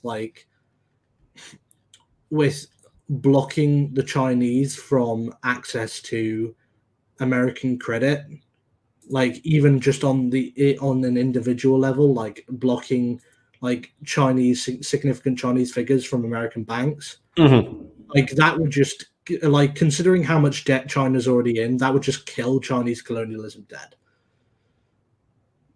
Oh yeah, and China. I feel like the whole China. I mean, I do think China's definitely a threat. Like Russia is definitely more short term. China's more long term by comparison, but China is still, in the broader scheme of things, looking at 100 to 200 years, still relatively short term. China is closer to collapse than we think. Well, here's the thing: it's because again, China is an economy propped up on easy access to credit. Yeah, Once they're looking for short term solutions to long term problems, and that's not going to pan out well for them. but they're doing that at the same time as they're trying to sort out long-term problems with short-term solutions, or simultaneously trying to fund colonialism and trying to fund like sort of local colonialism in the East China Africa. in East Africa and in East Africa and in their immediate vicinity. But here's the thing: here's the thing. This is my hot take when it comes to China in East Africa. European colonialism in Africa is infinitely better for Africa than Chinese. And I say this because at least European colonialists tried to build civilizations in Africa. Take a look at Ghana, especially. The British left. Okay, so the French and the Belgians, absolutely abysmal record in terms of human rights in Africa. But the British, take a look at Nigeria, take a look at Ghana. They let like Britain is extremely popular in Ghana these days, especially because they left Ghana way wealthier by the time they left, like with decolonization and everything.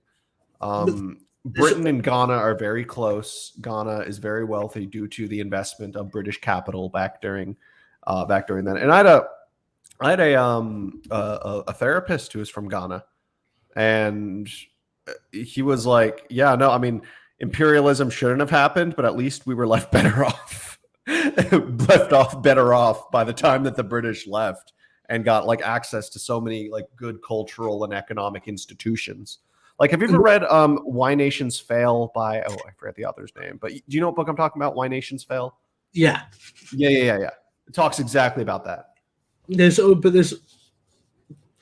here's the thing: what China does, China turns up because here's the thing: British colonialism, it created institutions, it created private businesses. Those private businesses, even during periods of like apartheid-ish governance, like with natives being treated as second-class citizens, were still hired and made wealthier by British set-up businesses, and again, like you said, they were left wealthier for colonialism, even if it on a moral level was wrong. Mm-hmm. And then but Chinese colonialism, what happens is that China turns up, pays off some local politicians or dictator. They set up a factory. They build a road between a factory and the port. They import a load of Chinese people to work in the factory, so they don't hire any Africans. Then they rape the land for its resources, and then they leave. And and Africa, other than a few politicians getting them pocket lined, gain nothing economically. Yeah, like take a look at Belgium. Like, have you ever read King Leopold's Ghost? King Leopold's Ghost. I know I've heard the name of King Leopold, but I haven't read that. I know So he the was. book, it's a nonfiction book, but it reads a lot like a novel, just in terms of like how it was written. Very, very addicting book, but about the genocide in the Congo carried out by the Belgian Empire, which was essentially a vassal state of the British Empire by that point. But regardless, the entire Congo was the private property of the Belgian emperor in the early 1900s. Not a lot of people know this, but it was the single largest genocide in human history per capita Oh yeah, that we know of, like more than the Holocaust. And this is, again, like more people died in the Holocaust, like numerically speaking, but adjusted to inflation regarding population, world population per capita, the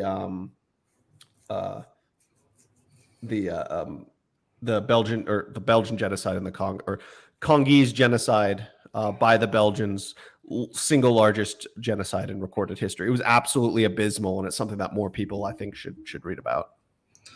Ariel Yari in chat is an Israeli American, and he says he has some stuff to reply about. I would see. I'd definitely be down to have him on. Like you can have not him now, on not now, of course. But we did an Israel-Palestine stream about a year ago. But with things ramping up even more in the region, I was thinking about already having another one, maybe in like 2 months. So I don't know if he's in my server, but here's the thing: I'm very much of the opinion that if Israel and Palestine, and even if Palestine got allyship from from its neighbors, which I think was probably more likely in the 60s, but would be less likely today, because there is because Wahhabism is on the decline in the Middle East. I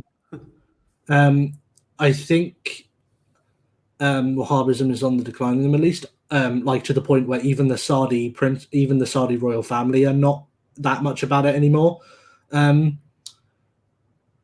because they don't really need Wahhabism to secure their secure their status as the royal family anymore, because that's why they allied with them in the first place. I think even if we left Israel to its own devices, Israel would be fine. Israel would have the economic resources to pay for and supply its own military, and would be able to successfully defend itself against any opposition. Because let's face it, who have they got to face up against? Jordan, Egypt, Syria. Did you hear what Egypt recently said? They said, "We will go to war with Israel any day," yet they still trade. Like that's what I'm saying. These are they don't have economically they kind of need Israel, and also, and even if they didn't, they don't have the military to really oppose Israel. So, absolutely. Like, as someone who is pro-Israel pragmatically, like, they are the best solution we have in the Middle East. And I think morally they have a right to exist. I mean, they were essentially established as Holocaust reparations. Plus, they have been there for thousands and thousands and thousands of years. Even before the Jews, they've been there ever since the ancient Israelites. But I honestly, I think Turkey, geographically speaking, would be a better hegemon for the region to install there if we somehow managed to rein in Erdogan. I think ultimately my point is that even if we took an anti-interventionist stance and we left Israel to its own devices and just kept trading with them like as if they were any other country, and traded with and even just traded with the other Middle Eastern countries as if they were any other country, and just took a completely neutral stance on the war, Israel would be fine. And I love how Israel and Saudi Arabia pretend to hate each other, but they're like some of the closest allies in the region geopolitically, because they both fucking hate Iran. They're basically both in the middle of a Cold War with Iran. Well, here's the thing. This is the point I'm trying to make when it comes to. This is the point I'm trying to make when it comes to, because I'm not a fan of globalism in the political sense. Yeah, I don't like globalization, but not globalism. Yeah, I don't like supranational governance. I'm not a fan of the UN. I'm not a fan of the WEF. I'm not a fan of the EU. But I'm not even much of a fan of the WHO. I think countries should be able to trade in whatever way they want. sorry, I think countries should be able to trade in whatever the way they want. So WTO, World Trade Organization. I'm not. Still I'm better not. than the WHO, aka Yeah, the CHO, the China China yeah. Health Organization. I'm not even but I am completely fine with international free trade. Like I'm more than happy for economic trade on an international scale. I'm just I've not in. always said opposing free trade is like the commercial, like the global commerce economic equivalent of like uh, saying the Earth is 5,000 years old. This is the It's anti-science. It's basically just anti-science. well. Here's the difference between. Well, this is actually one of the major differences between paleo-conservatives and paleo-libertarians, because paleo-libertarians take a lot of the same like social stances and like civic stances and stuff like that. But when it comes to, I think the biggest major difference between the two, other than the fact that paleo-libertarians have a penchant for anarchism and they don't, it's the fact that paleo-conservatives are like like their economic policy is basically free market at home, but protectionist on trade. Yes, they're economic nationalists, effectively. Yeah. Whereas paleo-libertarians are like free market across the board, including international free trade. So this is one of the like I think, and here's the thing: America is actually quite economic nationalist in certain areas already, even though they claim not to be, and it's probably actually in the very worst areas. For example, importing medicine in the US is, for a first world country, is fucking difficult. And this has made medicine in the US much more expensive than in other countries in the first world. Because basically American pharmaceutical companies have basically a monopoly on the American market. Very true. And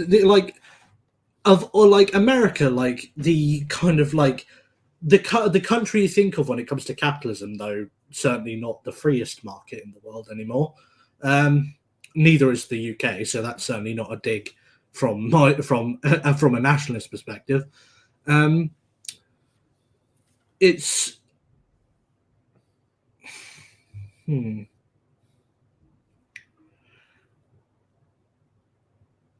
you would think that America would be for free trade, but in certain industries like medicine, it's like that their trade policy is stuck in 1789. It's just it's America and Canada. Like we'll free trade with Canada in terms of in terms of medicine, but with no one else. But that's the thing. A lot of the cheapest medicine comes from actually really reputable places like Holland, or I believe even Liechtenstein has quite a big pharmaceutical company because it's one of the free. Yeah, Switzerland also. Switzerland, yeah. A lot of these countries would make medicine in the US incredibly cheap, especially generic medicine, because I know another big problem with US medicine is trade monopolies, but is patent monopolies even. So I think if trade on medicine was opened up with these countries, like what is known as generic medicine in the US would become so cheap that you wouldn't even have to worry about insurance or anything like that. You'll just pay out of pocket. Oh, exactly. That would be the ideal situation. Yeah. And that's pretty much what all European countries do, because we just buy medicine from every country we can. Yeah. Let's go back to talk about the church a little bit. Yeah, sure. Like I said, I was cradle Episcopalian here. Was confirmed in 2010, baptized in the year I was born, the unspecified year in which I was born. Some of you could probably guess, but so one of the biggest controversies is how like more, I guess, kind of woke the church has become, which in my opinion has always been the church should just stay out of politics, should stay out of political matters. But they literally, and Douglas Murray talks about this in his new book. He talked about the Episcopal Church and the Church of England proper. So it was The War on the West, which is a book I definitely recommend, especially the audio version. But yeah, no, it's just going towards diversity and inclusion type things. I mean, I know some churches are like fine with trans stuff. Some are fine with like homosexuality, like the Episcopal Church in the U.S. And I really don't have a problem with gay marriage, like at all.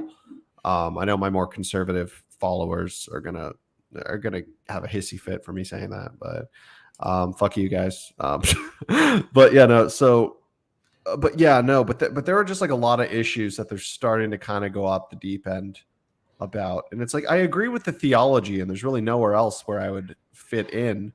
But it's like they need to stop with all the political stuff, and it seems like they're almost just posturing with. I don't know. Is that your interpretation in the UK? Is it the same with the Church of England proper? With the wokeness? Your average Anglican church in the UK is actually quite traditional as far as like, especially low church. I can't speak for high church because I don't attend them, but low church generally quite traditional, generally stick to the Bible as it's written. They might make some progressive concessions, but nothing too major. It's the higher ups that tend to be the sort of subverted, like the archbishops and whatnot, that tend to be like the ones that, and this is, I guess you could say, a weakness of the head of the church also being the head of state, and it's the fact that the archbishops inevitably end up giving their opinions on political matters, and when they've been subverted, it ends up making the church look more progressive than on the level of individual churches actually is. And it kind of presents the church as like pro woke, LGBT, all this sort of stuff. Like, I'd say probably the most woke thing about the English Anglican Church, C of E, on the individual church level is that it allows for female priests. Now, I disagree with that on a theological level anyway, but that is about as much as it goes. Like, no, same here. I used to be like in favor of, and so I think females should have like maybe there should be some kind of role for them, maybe in the clergy, but they should not be able to be priests, like parish priests at least. Like that would be my preference. Like they should not. And I say that as someone who has had female quote unquote priests, reverends. I'll say the word reverend for this. Because priest is such a masculine term, but so out of respect for them, I am not anti-female having some degree of like participation within the clergy, but they shouldn't be priests.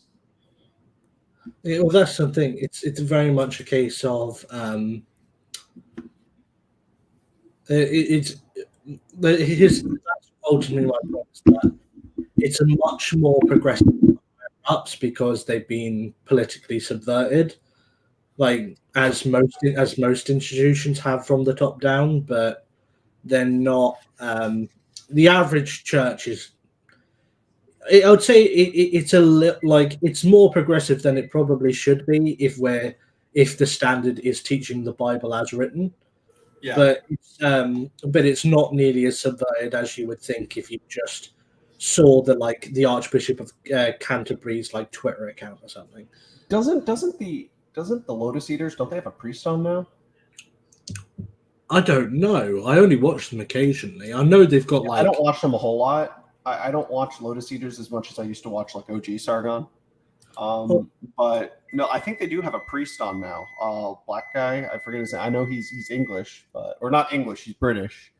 But yeah. I was about to have a tism fit there. It's just like the English are a people.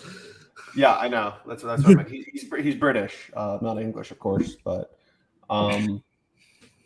yeah, no, but he's more of a Reformed Anglican, I believe. So he's not an Anglo-Catholic, but he's more of a sort of like Calvinist, I think. But part of the continuing Anglican movement. But it was interesting because he was talking about like trans acceptance within the church and how they're starting to embrace some, I guess, some of the more quote unquote woke stuff. I miss when it was just feminism that was the I miss that. I miss 2016, man. Well, to put it into perspective, just how subverted the Anglican Church is at the very top as compared to your average priest. Like there's a political commentator in the UK. I've just seen him on my Twitter feed not long ago, so I'll try and find him again. He works for GB News. I think he's a mixed race dude. He's got an afro. I can't remember his name. But yeah, he is actually was at the church college to become an Anglican priest. This is the guy. I think this is the guy. This guy has an afro too. Yeah, he was. He actually got kicked out of the Anglican Church College by the higher ups because he is a right-wing commentator, and obviously they've been subverted by progressives, and they basically want to subvert the church as a whole, and they don't want him to represent the church. So they found a way to basically use some like bullshit excuse as a way to kick him out of the church college. So while he does know the doctrine back to front, he's not technically an Anglican priest because he was not technically an Anglican priest because he got kicked out of the church college before. I think it's because he's part of the. I think so. This is the same guy. I'm like 90% sure we're talking about the same guy because this guy is also an African British guy. He has an afro and was also left the Anglican Church to be part of. He joined a Calvinist church that's part of the continuous Anglican movement. So low church, but I don't know if he's in communion with the church proper. I think he was training at a church college with the C of E, but I think he may have joined the continuing Anglican movement once he got kicked out of this college. So I think he was originally C of E, but he has since switched to a church that will actually accept him. But this is what my point is that that's the type of subversion we're seeing from the top down, but it hasn't reached the average priest yet. The average priest on the Anglican movement is actually pretty based. Calvin Robinson. That sounds about right. Google and see if he's the same one who's on the Lotus Eater. Or actually share the picture of him. Can you do screen share? Hold on. I'll send you his Twitter PFP. I'll send you on Discord. I've also sent you a bunch of colonialism memes, but ignore them.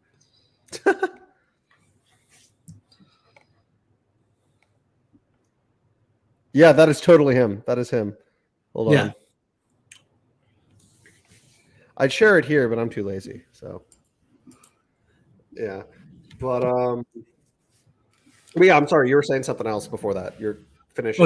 I was just saying that he was kicked out.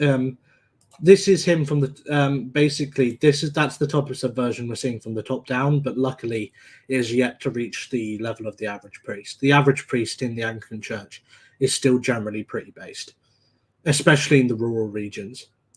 And this is actually something that I laughed about when talking to AA, because originally when AA started to delve into Christianity, mainly to get his kid into a Catholic private school, he originally went for Catholicism. Is AA becoming a Catholic? He originally went for Catholicism. He wasn't able to commit to going to church every Sunday, so he was able to go to church every Sunday. But over time, I thought it was funny that he didn't have an Anglican on and he just had a Catholic on because he's like, oh yeah, Anglicans don't have a theological reason to exist. Yeah, he wanted every single. He wanted Catholics. He wanted Catholics, Protestants, and he wanted Catholics, Protestants, and Orthodox on, but he wouldn't have Anglicans on. But what I found funny was a few months ago. I want to say engineered truths. Engineered truths, you're absolutely right, but that's actually kind of based. Yeah, I have no problem. I have no problem with the Freemasons. I have absolutely no problem. I'm purposefully vague on my affiliation with the Freemasons, just to mess with the Catholics in my audience. I love you guys all, but I kind of do it just to fuck with them sometimes. So I'm sometimes referred to on Settlers Lament server as Schrodinger's Freemar. Yeah, and there's also but very recently, in the past few months, he ended up attending some C of E services, and he found that they were like on the level of the priest, they were actually the most based services he had attended out of all the denominations he had went to. So AA is getting Anglopilled now. Yeah. See, I'm gonna bring you and Kiz and I was gonna say Mitch, but no, Mitch is a filthy atheist. Love you, Mitch. No, but I was gonna say we need to have our Anglican echo chamber. That's occasionally. Anglican echo chamber, yeah. You know, I'll even have I know a couple other people who are former Anglicans who converted to Catholicism but still respect Anglicanism. I'd be fine having them on too. They are the papists I shall tolerate for the like Anglo-Libertarian. Traditionalists, I think. One of them's actually a Freemason though, and two of them got into an argument because one of them's like, "You're living in sin," and he was like, "No, I'm not living in sin." The echo, no, it's like, no, you don't. You need to remember that the Pope, when he was talking about that, he was just talking about continental Freemasonry, which is cringe. Yeah.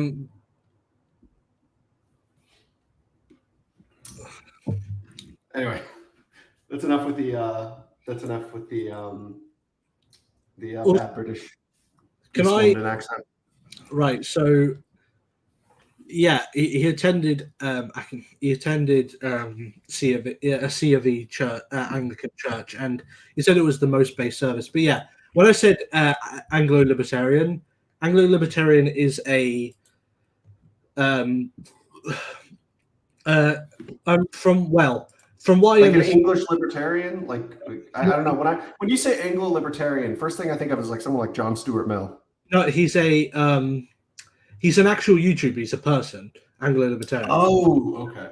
Basically, he was formerly a high church Anglican. He's converted to Catholicism, and when I first met him, he was a standard ANCAP. He has since kind of fallen into the neo-reaction rabbit hole. He described himself on Twitter for a while as a Hoppian NRX, but then afterwards he just called himself neo-reactionary, and now he doesn't really describe himself as on Twitter as anything at all. Here's my assessment of NRX.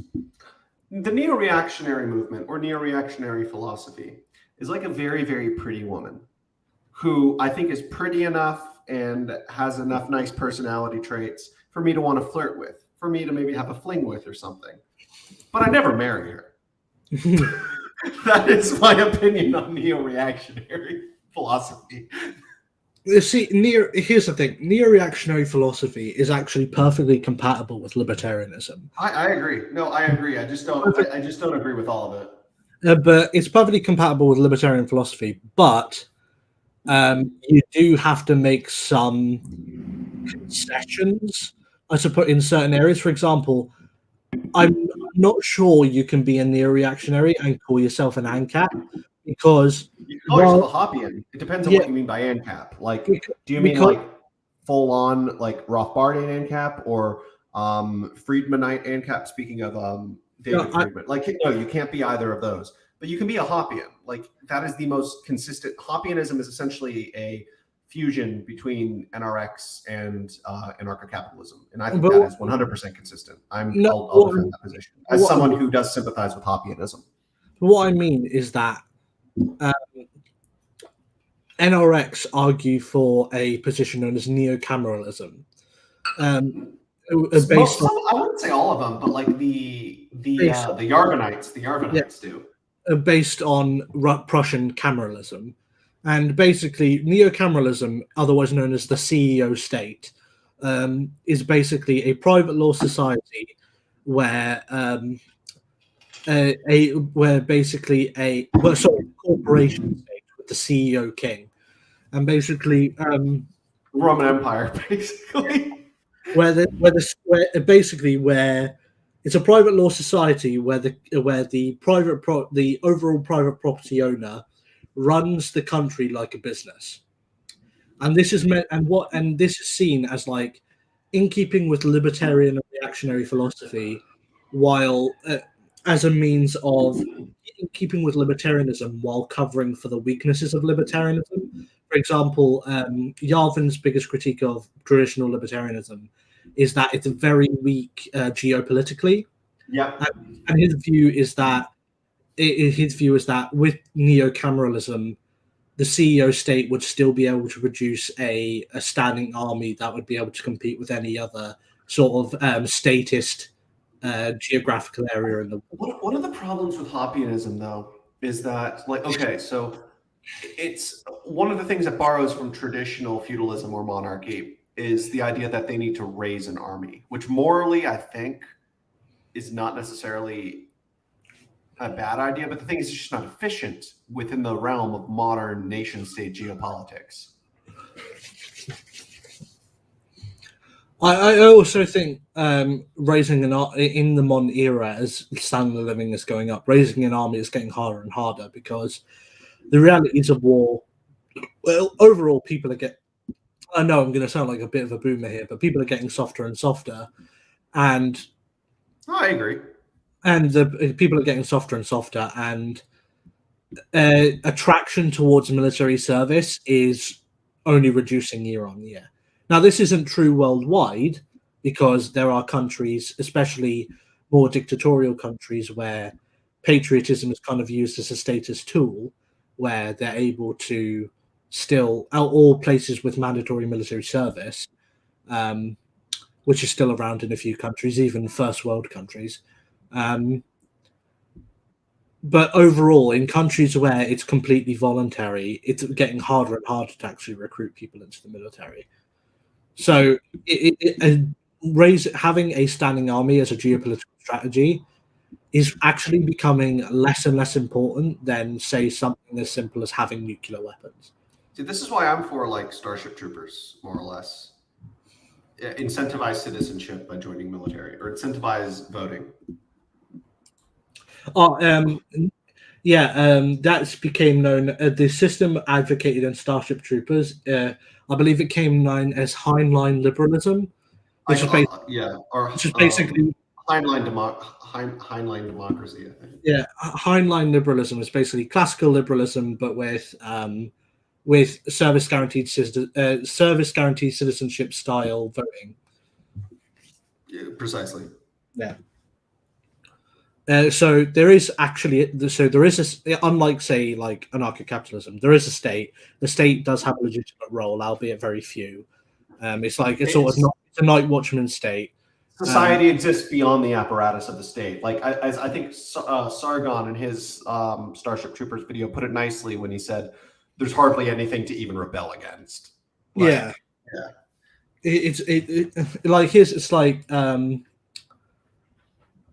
For example, I believe the main character's parents are like very wealthy in Starship, and like it's heavily implied that they are.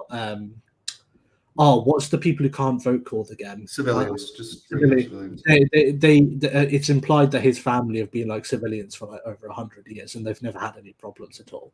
Like they've never had any desire to vote. You have every single constitutional freedom with the exception of voting rights, and I mean. Yeah, exactly. Hold on, keep talking. Again, I have to excuse myself just for a moment. You can entertain an audience pretty well, so you're used to it. So I while again I'm an anarcho-capitalist, paleo-libertarian anarcho-capitalist, so I wouldn't say Heinlein liberalism is my ideal system, but I'd certainly say it's probably one that I could live with. I suppose it's not one that I would like. It's not my ideal system, but it's one where if I lived in it, I wouldn't be complaining. Anglican galactic imperialism when I'm in something called the Wellington Project with a fellow named Charles, And Jaws's ideology is Anglo-futurism, which is basically what he describes as as Anglo space empire. So that would be so yeah. I would talk to him about that. It's not exactly my cup of tea, but I would I think that's it's certainly a very interesting ideology. I'd say. I'm sorry, what was? I just got that. I was talking to Patrick Bateman in chat. Oh, Anglican galactic imperialism. Yeah, basically, a very similar system called Anglo-futurism is a system advocated by a fellow Wellington founder named Jaws, and he advocates a system called Anglo-futurism, which is basically what he describes as British space empire, and it's just like so. Led by an American fusion. Anglo-American Atlanticist fusion to conquer space and build our empire. Yeah, it's basically based on Walter Block's philosophy of space empire. He wrote a book about space empires, about how we should imperialize space. Speaking of which, I actually like. Do you know how like all sci-fi tends to treat Earth as like being in those worlds as being like one world government? Yeah. I'm actually of the opinion that that's not how space will be colonized. Space will be colonized by nation states. Really, I think it's going to be colonized by corporations. See, I think like all colonialism, it may very well be both. My point is that I think that I think that basically like certain areas, it won't be like entire planets are conquered by Earth. It'll be like an area of a planet, like a geographic. Like you might have the North Pole of Mars will be like maybe a collaboration between the US and the UK, and then you'll have like, I don't know, China colonizing like the eastern part of Mars. Yeah, I actually think like colonialism in that sense, that's how colonialism was spread. It's just like planets, certain areas of planets will just be seen as like sort of land extensions of the nation states on Earth. See, here's what I think. I don't know how long nation states are going to last. Part of me feels like it's just kind of like almost like a fluke in the system of the international order, post Westphalia. Because again, nation states are a fundamentally European concept that have been transplanted and put on the rest of the world. Like you take a look at the Middle East; those are not real nations; those are not distinct nations. You have a bunch of different people within artificial borders that are former colonial borders. All these ethnic groups that fucking hate each other. So they aren't real nation states. China itself is a civilization state. The US isn't even really a nation. I mean, I guess it is in like just colloquial terms. But either way, it's a fundamentally European Western concept, specifically with Europe and South America. But in the long run, I think we might be going back towards imperialism, like traditional imperialism. And I feel like you might start to see like a pan-Western empire, albeit very decentralized, UK and US spearheaded. And then I talked a little bit about this. Do you know Settlers Lament? Settlers Lament. He's a I wouldn't call him NRX, but he's a Catholic conservative Canadian YouTuber, Canadian nationalist. Yeah, we did a Dominion Day special. He invited me on. We talked about Lament of a Nation, which is a famous essay by a Canadian nationalist from the 60s. And I kind of broke the news to him that I think that Canada is unsustainable, and you're going to see a lot of provinces that'll probably opt to join the US, even at least to a limited degree with some autonomy. But I think the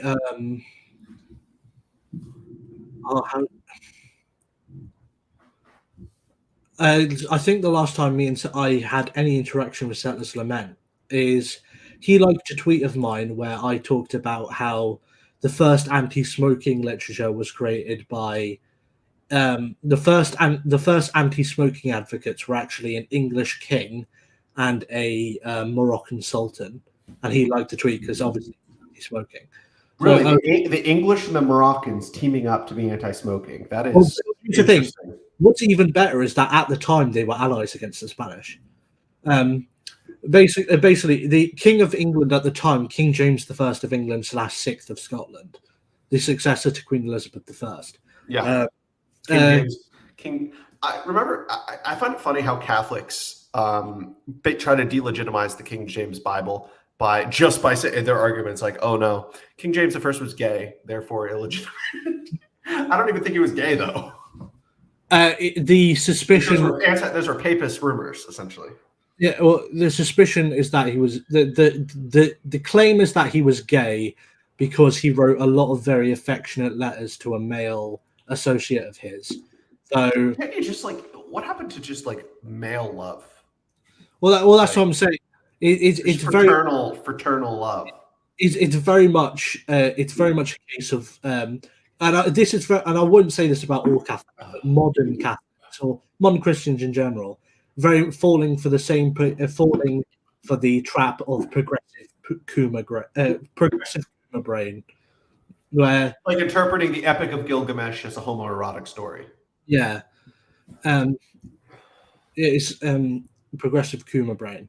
So it's but yeah, King James I wrote the first anti-smoking literature by basically writing I think it was just an open letter to the country saying that he had suspicions that smoking might be bad for you and that he didn't like it. And the Sultan, I can't remember his name. I wrote it in a tweet not long ago. I'm looking it up. Hold on. I will scroll down and find it. I haven't been reading a lot lately, so the Ahmed the First. 1603 through 1720, or through 1603 through 1617. That would have been Ahmed the First, then. Yeah, I believe so. Hold on. Yeah, here it is. Sultan Ahmed al-Mansur. Sultan Ahmed al-Mansur made the first anti-smoking fatwa, where basically he, which rather than being a fatwa which banned smoking, I love that. It was a fatwa which basically said God commands me to discourage you from smoking. He didn't make it illegal through the fatwa. He basically no, he wasn't Sultan of Morocco. He was the Ottoman Emperor. Wait, is this right? No, Sultan Ahmed al-Mansur was the Sultan of Morocco.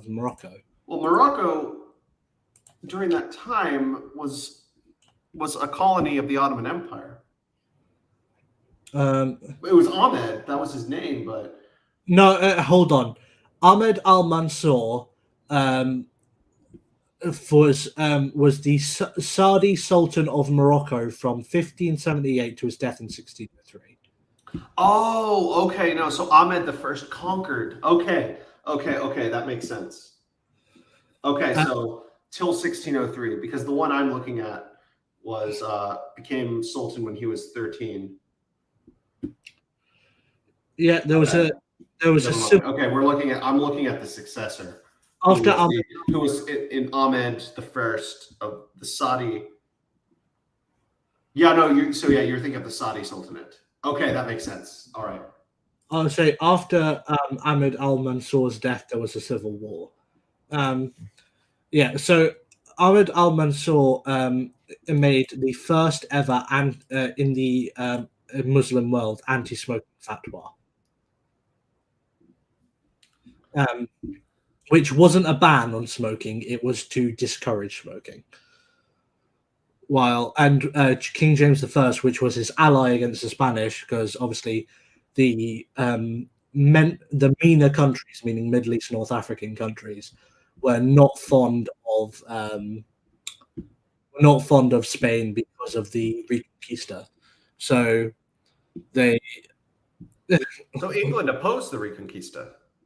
Well, no, they just opposed Spain generally because they were Catholic, and it was just convenient that Morocco hated them for the Reconquista. So they allied, but they hated them for different reasons. So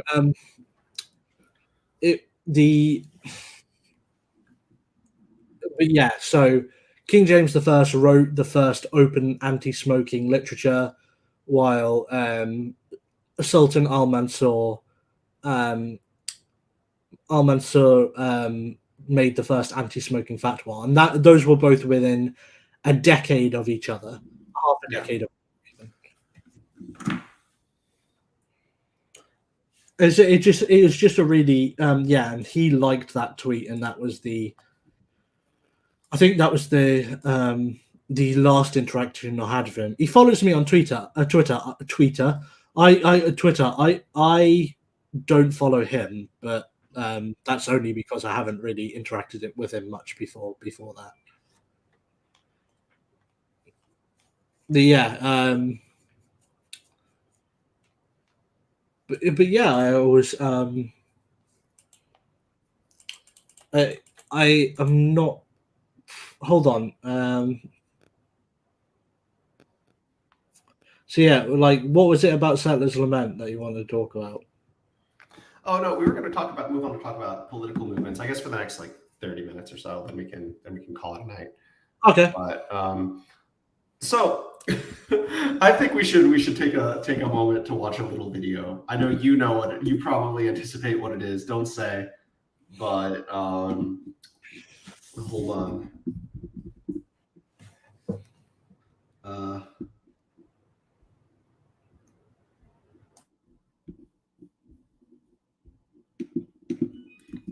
All right, hold on. I'm trying to pull it up. Okay, I can't pull it up, but the liberalists. I was a proud liberalist at one point in my life.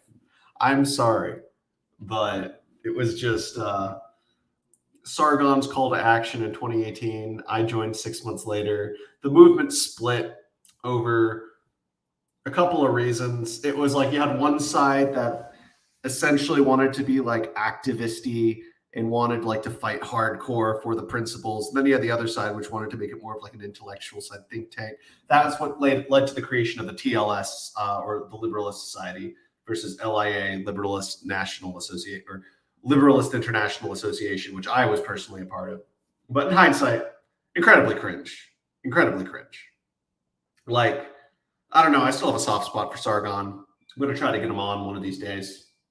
Good guy all around, at least from what I've heard. But Which Sargon's become more based over the years. So. Oh, absolutely. I mean, I honestly think the Lotus Eaters is a little more boring than his old content because it was really fun. It was watching him shit on like the quote unquote SJWs. I fucking hate that term SJWs now. But watching him shit on them, it was like political porn basically. So, so it was a nice metaphorical jerk off. But there's only one group of people that I know now that use SJW unironic now, and that Dave Rubin and the Boomercons. No, it's not. It's not even them. It's the anti-woke media critic side of YouTube, like yeah, nerd erotic, yeah, heel versus babyface, the that style. Yellow Star. What's his name? Is it Yellow Star? Yellow Flash. Yellow Flash. Yellow Flash is the only one out of those people who I'll like watch sometimes because he's the least insufferable. I fucking hate the quarter pound, like the quartering. I call him the quarter pounder. He's just such a low effort YouTuber.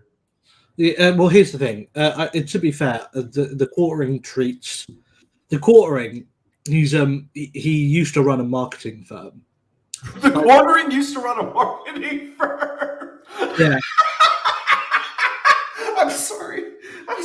I just cannot. How? Like that does not. He's so untalented. It's the thing. He used to be, but that's the thing. He used to actually be really successful, and he's basically styled his YouTube after the things he learned from the marketing firm. And while it has worked out for him,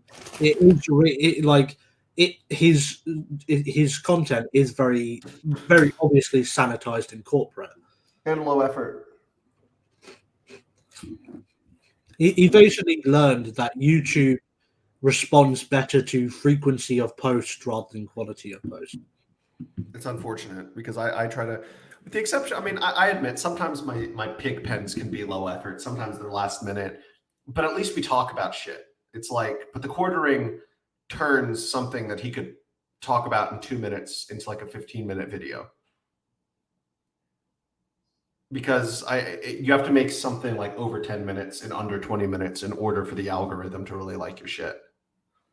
But yeah, I know who still use SJW unironically are. No, I don't use it. I hardly even use the term woke. Like I just basically just describe like what they're talking about, the facts. I tend not to use like well, I just say social progressive because it basically encompasses everything. That's fair. That's fair. But if I might take us on a bit of a tangent. Absolutely. I'm all for tangents, you know me. I came up with a bit of a theory as to how to classify any social policy, and I came up with 4 categories and what those categories mean, and you can basically classify any social policy as being one or more of the in one or more of these categories. They don't have to strictly fit into one; they can fit into more than one. And those are social progressivism, which is a political policy that prioritizes equality. Social liberalism, which is a social policy that prioritizes individual freedom. Social conservatism, which prioritizes preservation of heritage and culture, and social reaction, which prioritizes returning social policy to a previous point in time. And in a lot of ways, I'd call some progressives reactionary, albeit unintentionally, because you have some people who want to reestablish like segregation, for example, with like safe spaces and all that shit. So in a lot of ways, they're reactionary just because the effects of the policies that they push for would end up reverting us back to a segregation state, more or less. And that's why Richard Spencer, I don't know if you know who Richard Spencer is. I assume you do. I do. Yeah, American neo-Nazi. I don't know if he'd explicitly embrace that label, but he essentially is a neo-Nazi. That's why he is a Joe Biden supporter. He's a supporter of the progressive left, because ultimately the policies that they push for would ultimately, the logical end result would be a restoration of segregation and splitting up the different cultures in the U.S. So yeah, like he's spoken out against like cultural appropriation, quote unquote, and stuff like that, because appropriating other cultures apparently dilutes like white culture and leads to like global homo and all that stuff. And the global homo argument, I mean, is valid, but other than that, the argument, he's basically it's kind of like that meme from Predator, where like Arnold Schwarzenegger and the black guy, they join hands, and it's like, okay, yeah, they're allying over mutual things, but the progressives don't realize it. Like they don't even realize that they're essentially advocating. They're going back to the roots of the Democratic Party. And Richard Spencer is quite literally a registered Democrat, and he's a Fed. I don't know if you know that, but he is an FBI informant. Yeah, my well, here's the thing: a lot of these neo-Nazi, like these neo-Nazi commentators who get from of clout, like if you look into the history, they tend to get pretty. They tend to have pretty funny backgrounds, like Richard Spencer being a Fed, or Mark Collett from Britain's Patriotic Alternative. Like the what about Tommy Robinson? Would you consider him a neo-Nazi? I don't know enough about him. Not even close. He's a Zionist. Really? Is he a Jew? No, he's a British Christian who just happens to be very. He just happens to be quite like his big problem is with Muslims. So I just want to say sorry, but 21st century longest. The Democrats are the real race. That's like the ultimate BoomerCon talking point. Like, Dinesh D'Souza? Yeah. He's like the final BoomerCon boss. No, he's like second to last BoomerCon boss behind Dennis Prager. But he's cringier than Dennis Prager. But he's like, the fascists are the left. The left are the real fascists. And he's like, he's basically a self-hating Indian because he converted from Hinduism to Christianity and like thinks Hinduism is satanic. He's basically, I say this jokingly, but he's a race traitor. But yeah, he, like Mark Collette, well, as for Tommy Robinson is basically just your average working class British conservative who happens to have a particular thing against Muslims because they basically took over his hometown over the course of about 20 years and have basically turned it into a shithole. And this led to a lot of rapes, a lot of crime. And he basically he created the English Defence League as a protest against what he viewed as like. But aren't they neo-fascists, the English Defence League? Or am I just taking Wikipedia for granted? I'm going to explain it. Basically, he created the English Defence League as a means of protesting against like the mass migration of Muslims into the country, and this was during a time during Blair's years where mass migration was seen as like the economic policy because obviously he was trying to appeal to big corporations, and what did big corporations love more than tax breaks? Cheap labor. So they were bringing. So they did that, and so basically the media destroyed him. They just destroyed his reputation, made him out to be a neo-Nazi when he wasn't, and the English Defence League did eventually fall into being a far-right group, but when that happened, he stepped down as the leader and left the group, and he hasn't had association with them since. Basically, he tried to stop that from happening, but eventually membership just became national, and it just grew beyond his control. Whereas when it was just a local protest group, they were much more stringent about like we don't accept neo-Nazis into the English Defence League. Okay, it was basically just a anti-mass migration protest group. But because the media throughout the 2000s, late 2000s and early 2010s destroyed his reputation, the British establishment has basically just had to carry that on throughout the years to the point where they basically just destroyed his life because they made their bed and now they've had to lie in it, in that they've had to make him out to be the worst possible man because he seems like a milquetoast center-right guy, at least within the context of the US. Well, he is. He seems like the equivalent of like a Trumpist, but like in the UK context. Well, he is, and that's the thing. This is why I mentioned that he's a Zionist, because one of his closest friends is a British Israeli by the name. He goes by the, or at least he used to go by the, online handle Brian of London. And he was a British Israeli. He was a British-born Jew who lived in Israel, and he was like one of Tommy Robinson's closest friends. Count Dankula interviewed him a few years back. Oh, Count Dankula, that was absolutely ridiculous. What happened to him? Like, they finally resolved the trial, and the thing is, he could have taken it to the upper European court, but just because like the highest English court or the highest British court ended up rejecting, he couldn't take it to the highest European court because it has to go through the highest British court in order to go through the highest European court. But the British court ended up rejecting it. So he couldn't take it to that. Like, that is absolutely ridiculous. Like, for making a dumb joke, fucking dang. Like, I still can't believe that happened. Like, I don't know. Call me a confused centrist for this. But like, I absolutely cannot believe that we live in a world where Count Dankula, for making an ironic meme that quite literally is at the expense of the Nazis, Well, do you know? Is gonna yeah. Well, it all comes Pisses back, me off. it all comes back to progressivism, because what happened is that what a lot of people don't realise about the Scottish police force as compared to the English and Welsh and Northern Irish police force is that because policing is a devolved issue.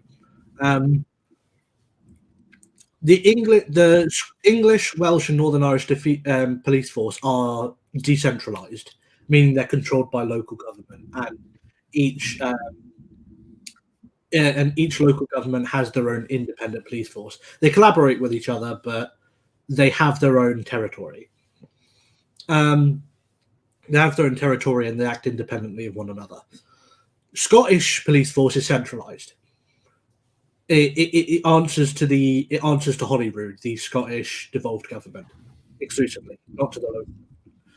And this has led to a lot of corruption. This has led to a lot more authoritarianism as compared to the rest of the UK. And the Scottish courts have basically, like for example, when in 2019, when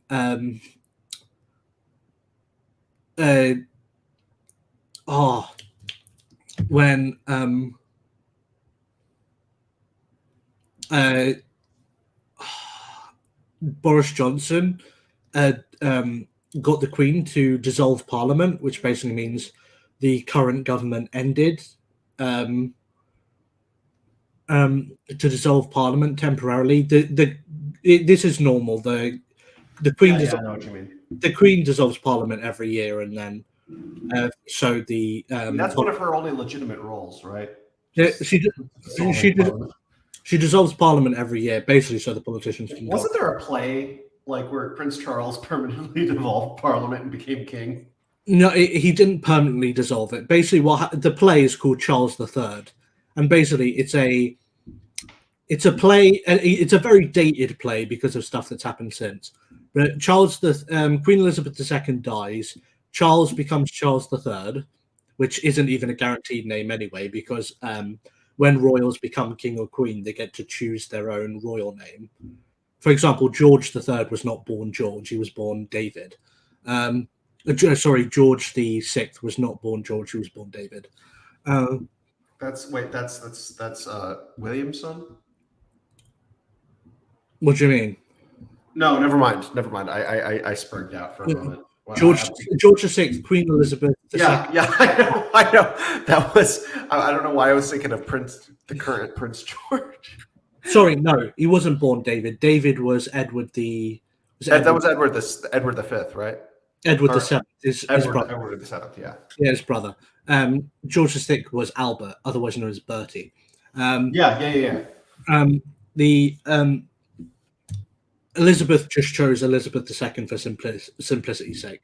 But yeah, he becomes Charles III, and the first thing the Prime Minister does is come to him is with a media restriction bill, which would basically restrict the rights of journalists to see into political matters. And Charles III basically refuses to sign the bill, because every law that's passed in Parliament has to get royal assent before it becomes law, and he refused to sign it. And basically, so the Parliament decided to try and subvert him by making a law which obviously wouldn't need royal assent by its own creation, where the Parliament no longer needs royal assent to. The Parliament no longer needs royal assent to create law, to bring laws into legality. So Charles, in response to this, dissolves Parliament before they can do it. And basically, as they're about to vote on it, he walks in and dissolves Parliament and basically tells them all off. He dissolves Parliament. This causes them an uproar, and the Parliament then spin it as if he's acting like a tyrant. And what's worse is that you can tell it's a blatantly anti-monarchist story, because throughout the story, Charles is being perfectly reasonable, yet he's presented as the villain. And also, Kate Kate Middleton, William's wife. She is presented as some kind of like ambitious like temptress who's trying to like get Charles off the throne so William can become king and she can become queen consort. Was this controversial? This seems like it would have been a pretty controversial play. No, it was so small, like small scale that like nobody really noticed it. I thought the BBC made a miniseries off of it that was pretty well received, though. Yeah, basically, it was an anti-monarchist play, and basically, by the end of the story, Charles abdicates, William becomes king, and the law gets passed anyway. Basically, it was meant to be. It was meant to be. It sounds like a constitutional monarchist play, then. It was basically a Republican play. It was the idea that it was basically the play was meant to convey the idea that the monarchy was outdated and shouldn't exist. Okay, so I'm a Republican. Like, I'm not part of the Republican Party. I have never considered myself like. I'll probably be voting Republican in November, but not a member of the Republican Party. I'm a lowercase Republican when it comes to the U.S., but for most of Europe, I'd consider myself a constitutional monarchist because that's what the traditions are in those particular countries. Like, I quite literally support restoring the Kaiser, but reining him in via a constitutionalist system. He gets, but yeah, constitutional Kaiserism, as I call it. One thing they did predict was Harry dating a non-white woman. Because in the play he dates except rather than dating a mixed race American woman, a narcissistic mixed race divorcee American woman. That's actually what happened. What I mean is that's not what happens in the play. Oh, okay. In the play, he dates a full black working class black. He dates a British woman. Okay. And basically, Harry is presented as like the sympathetic Republican born to a royal family who just doesn't want to be involved in royal matters and stuff like that. Basically, this is before Harry lost his reputation. This is when everyone. Yeah, this is. I actually kind of want at this point, and it would be so great. And here's where you would. This would be so great for U.S. national pride, not because it's Harry, but because he's a prince. If Prince Harry becomes a U.S. citizen, that would be that would be hilarious. Hey, but here's the thing, and not because it's Harry, because Harry's like become a cuck, but I just mean just the fact that a prince, like fucking fifth in line to the throne, becomes a U.S. citizen.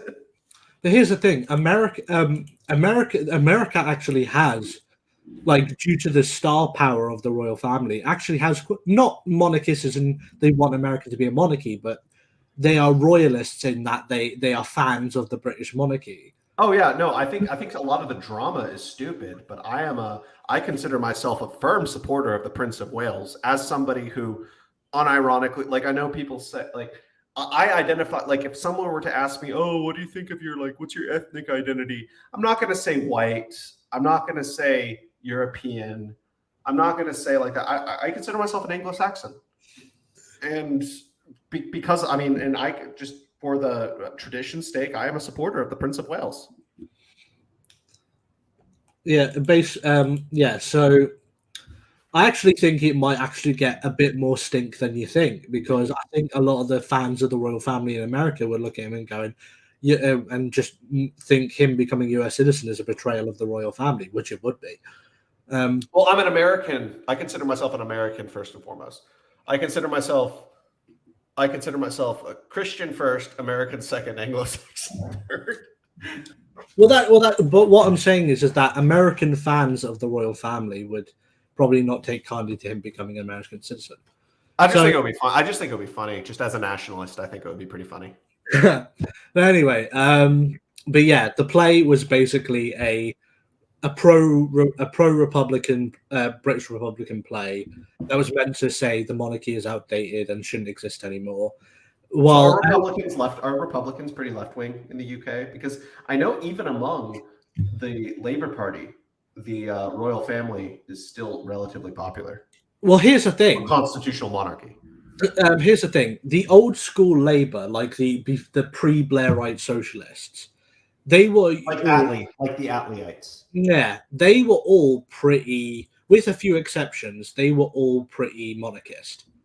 The right wing were also pretty monarchist. The first like big political movement in the UK that was like pretty Republican were the Blairites.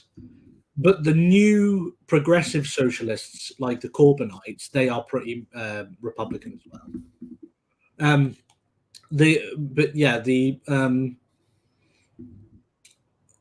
But here's the thing: in all of Queen Elizabeth II's reign, republicanism has never gained more than 30% support in the UK, and that is including Scotland, Wales, and Northern Ireland. So it's never gained more than 13% support. Like even if Scotland became independent, because of Scotland's historic royal ties to the British Crown, it's very likely they wouldn't become a republic. They would become a constitutional monarchy under the British Crown, just with I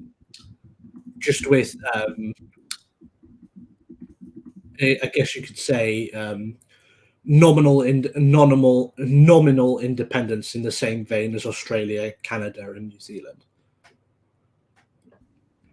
So they would likely have. So the head of state would likely be a governor general.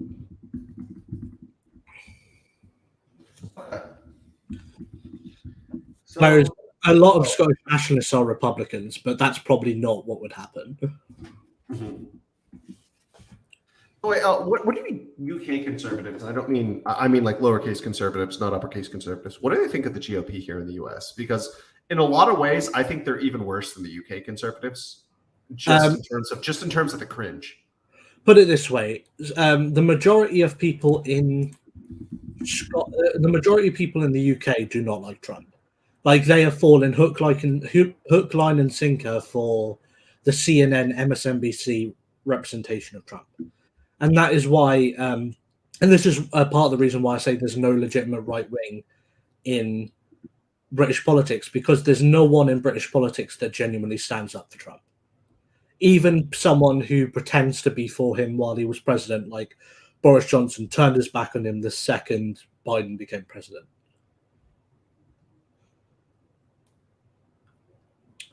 And keeping in mind, Biden hates Britain. Despises Britain. He's pretty close with Boris Johnson. They were friends. They were buddies. Well, you say that, but him and Pelosi have both categorically denied a free trade deal with the UK. It's more passive. It's less anti-Britain and just more passive aggressive against the current government. No, but it's not though, because every time he does it, he brings up his Irish roots.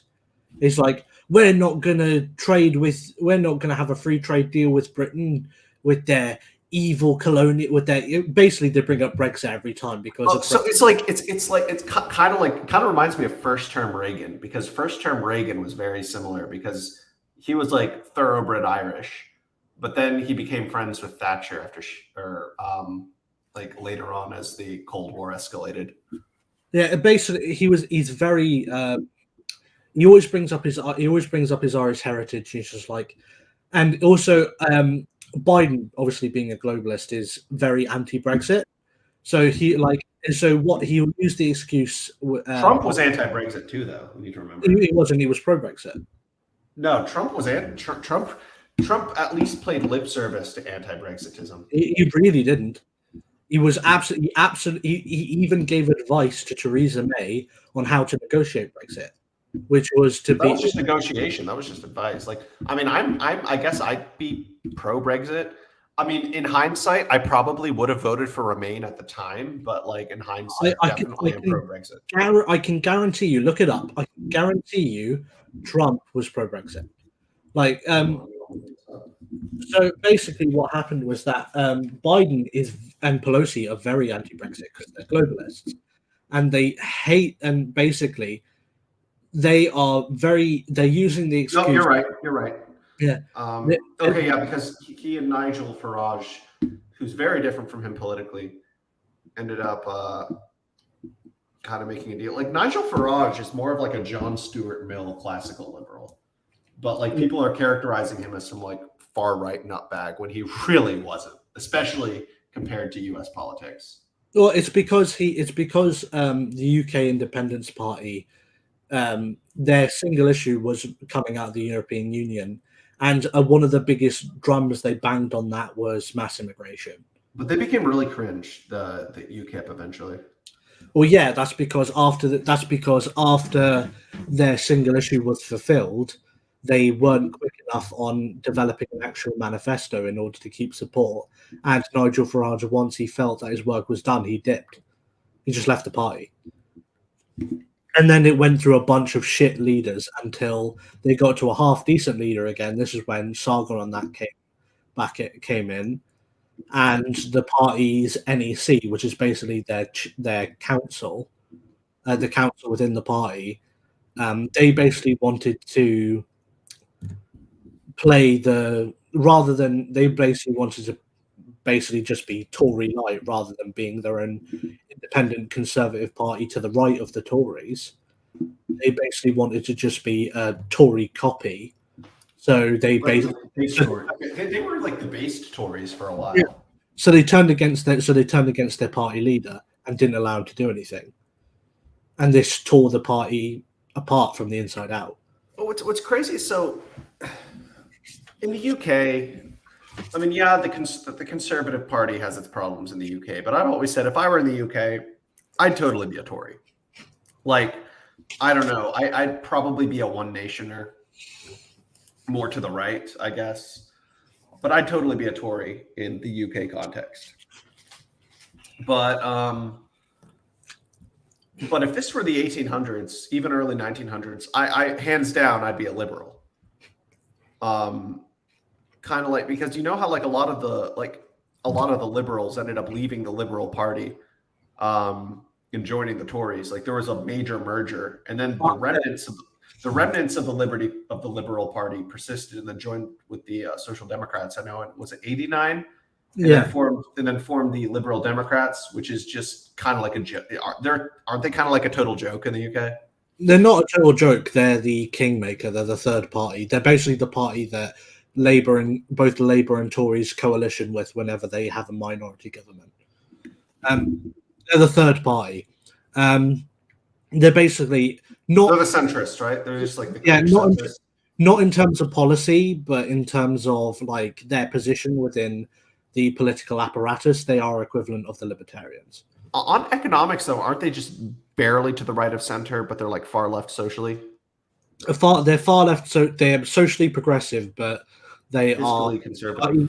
They're not even that. They're economically to the right of Labour, but to the left of the Tories. So they're basically the new Labour. That's what I've heard them described as. Yeah, basically they're just like after Corbyn kind of came and hijacked and turned the Labour Party into his cult of personality. Yeah, they're just shit. The new Labour. Yeah, they're just shit Blairites. Okay. Is Blair still part of Labour? No, he's since left the party. Is he Liberal Democrat or Independent? No, he's left politics altogether. Oh. I believe he's still a party member of the Labour Party, and he's still. Oh yeah, I know he's not in politics anymore, but yeah. But yeah, he's basically he's someone who he was very critical of Corbyn when he was about, but he's basically just tried to keep the Blair. He's basically from the sidelines trying to revive the Blairite government without him actually being there, which isn't really working because, like I said, Keir Starmer's being pulled in two different directions by two different movements, which are basically split the party down the middle. Mm-hmm. Makes sense. And like I said, Keir Starmer is not charismatic enough to carry his own platform. So he's not charismatic at all. No. And Boris Johnson, for how shit he is and revealed preference, he at the very least is charismatic. Oh, dude, Boris Johnson's a hilarious motherfucker. It's like he's amusing. He amuses me. There is a video on YouTube of Boris Johnson having a talk on ancient Greek history, because that's He's a what he smart guy. No, he's a classicist. because He's actually like pretty that- intellectual. that's what he studied at university. And He wrote a pretty good book on Churchill, actually. there is I actually saw when on the video. One of the comics said there's a parallel universe out there where Boris Johnson isn't a politician but is actually a very good classics professor. I wish. I mean, there's a better universe out there for everything.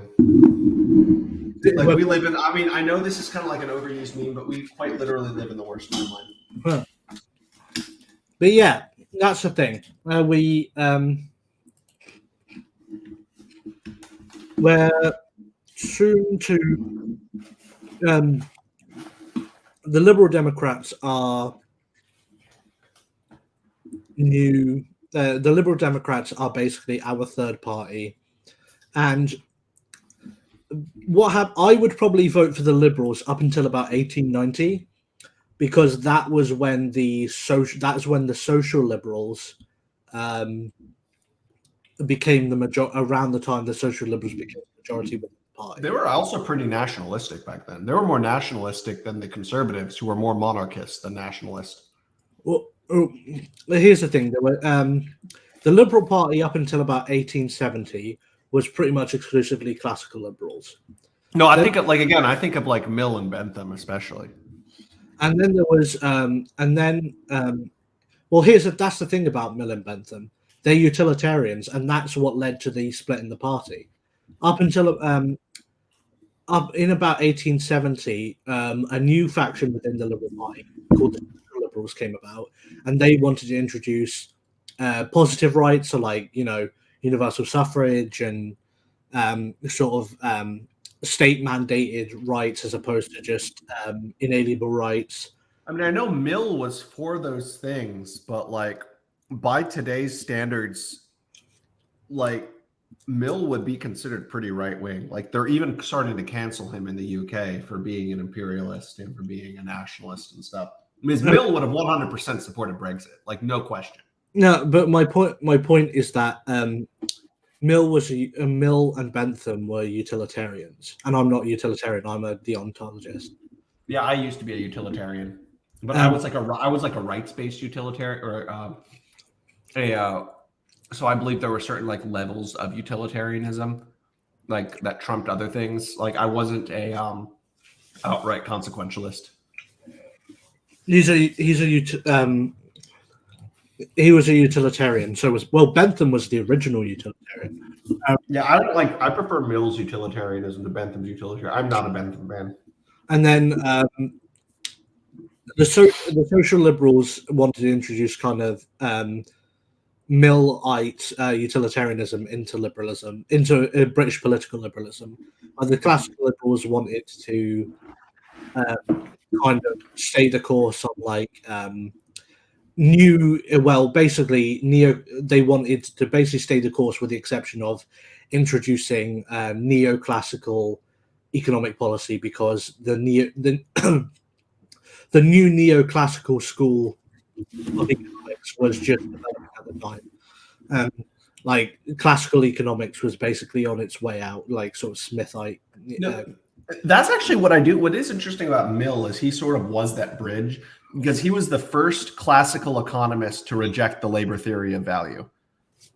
Because the labor theory of value, which was embraced by Marx, was originally proposed by Adam Smith, which is interesting. Like not a lot of people know that.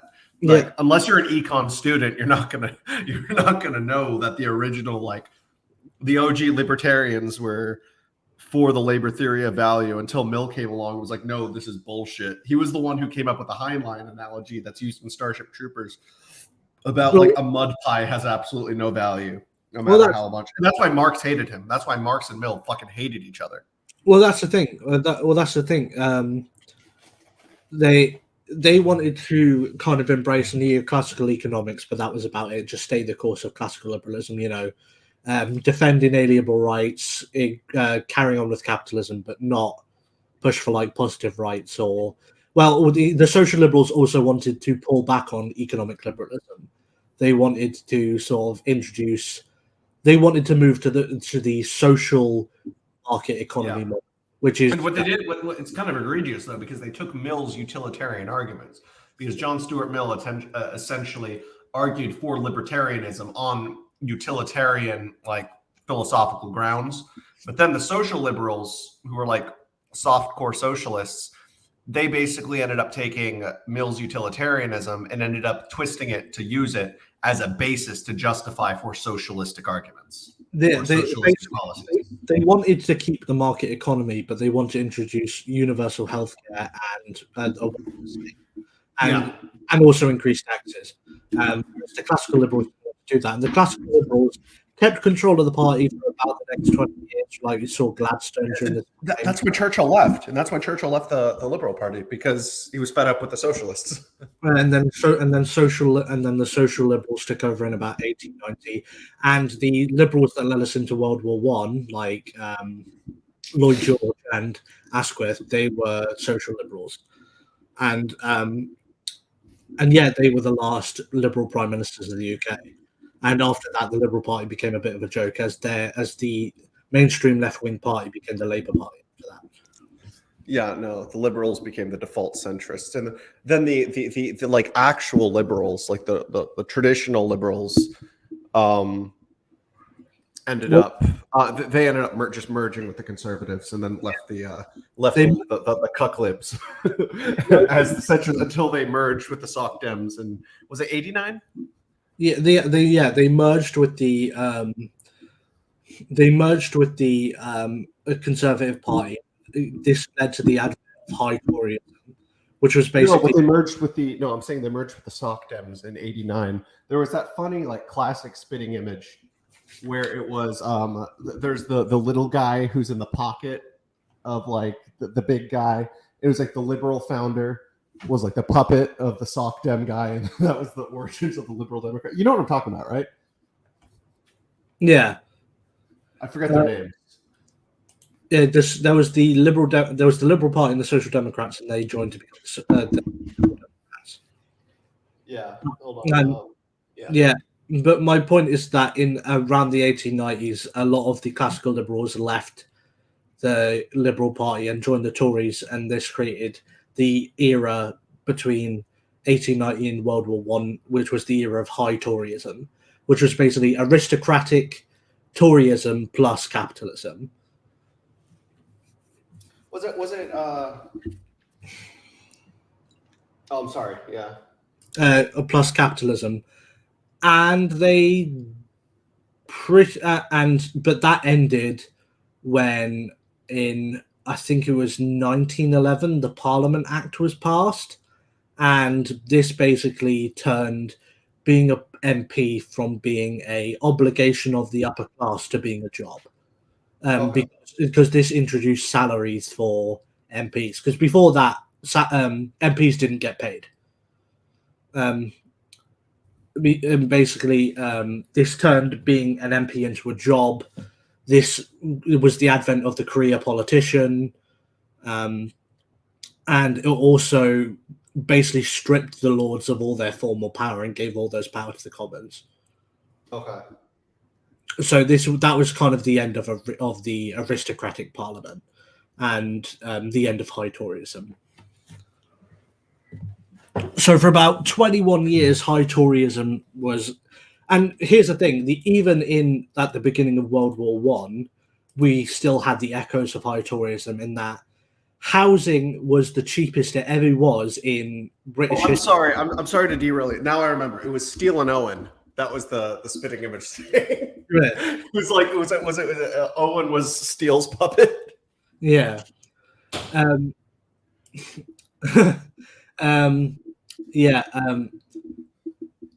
Housing in the UK was the cheapest it would ever be in the UK in 1917 during World War One, because of the echoes of the High Tory economic policy. Mm-hmm. I think it was the average house was the equivalent to 2.5 years of the average income, whereas Now it is equivalent to, I believe, 8.5 years of the average income. Yeah, it's really like it was the cheapest it ever was in 1917. But ironically, home ownership was the highest it ever was in the early 2000s, at about 70%, whereas in 1917, when it was the cheapest it ever was, home ownership was only about 25%.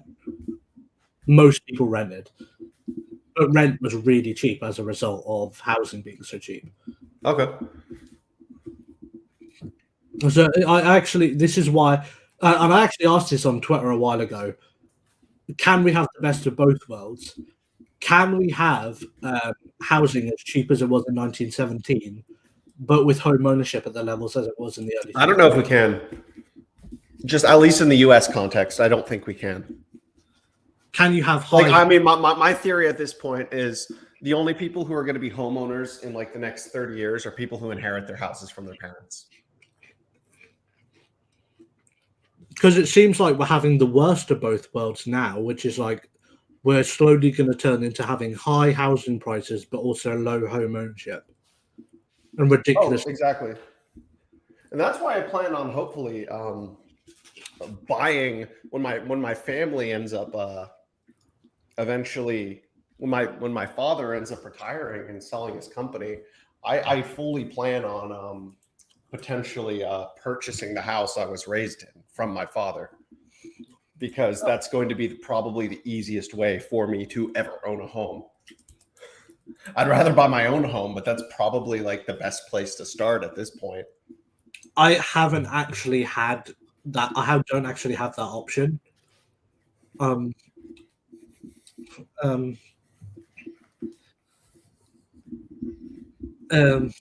don't actually have that option because both my parents rent. Are your parents are divorced, I'm guessing? Yeah.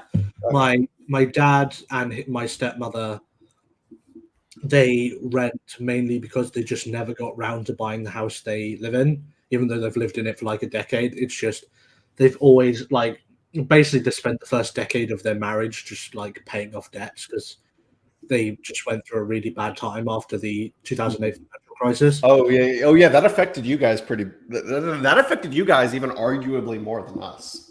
Yeah, and there was and my mum, well, she's been in a lesbian relationship for the past decade, and she recently broke up with her partner, and in her 50s, she's now pretty much back to square one.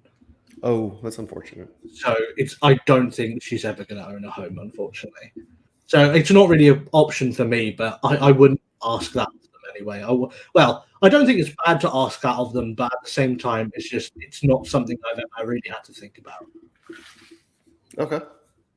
So yeah. So let's spend this last 20 minutes or so talking about internet movements, because I know that's what we were going to do. We were going to talk about. I mentioned the liberalists briefly earlier, but you said you were part of what was it? Why did I want to say the Tavistock movement? No, that's that tranny clinic or something out in or trans. I don't know if tranny is an acceptable term anymore, but the transgender clinic. What was that thing you were part of? I'm sorry. Wellington, not Tavistock.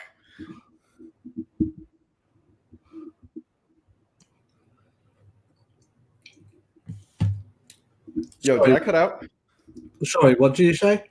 No. I said Wellington. I accidentally said the Tavistock Institute. I meant the Wellington Institute.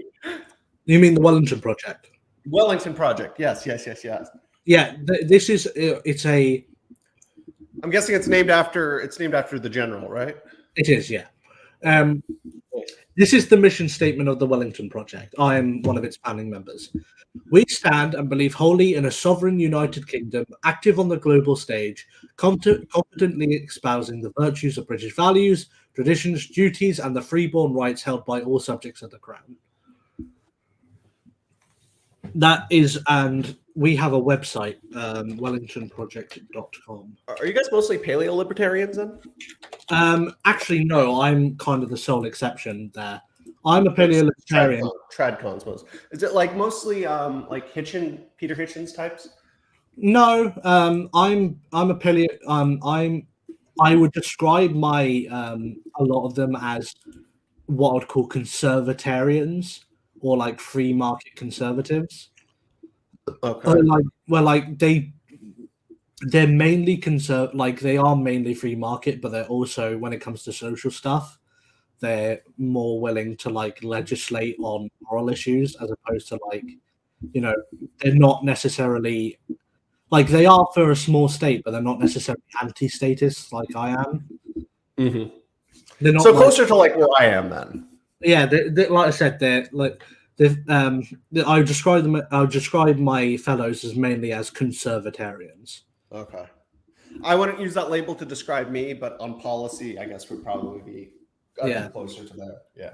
But yeah, it's pretty much that, and it's they're pretty much that, and it's very much just a right wing British traditionalist think tank. Okay. Like, we post articles, we share ideas, we invite people in to give their opinions on stuff and write articles themselves. I'm sorry, whenever I hear the word ideas, I can't help but think of Dave Rubin.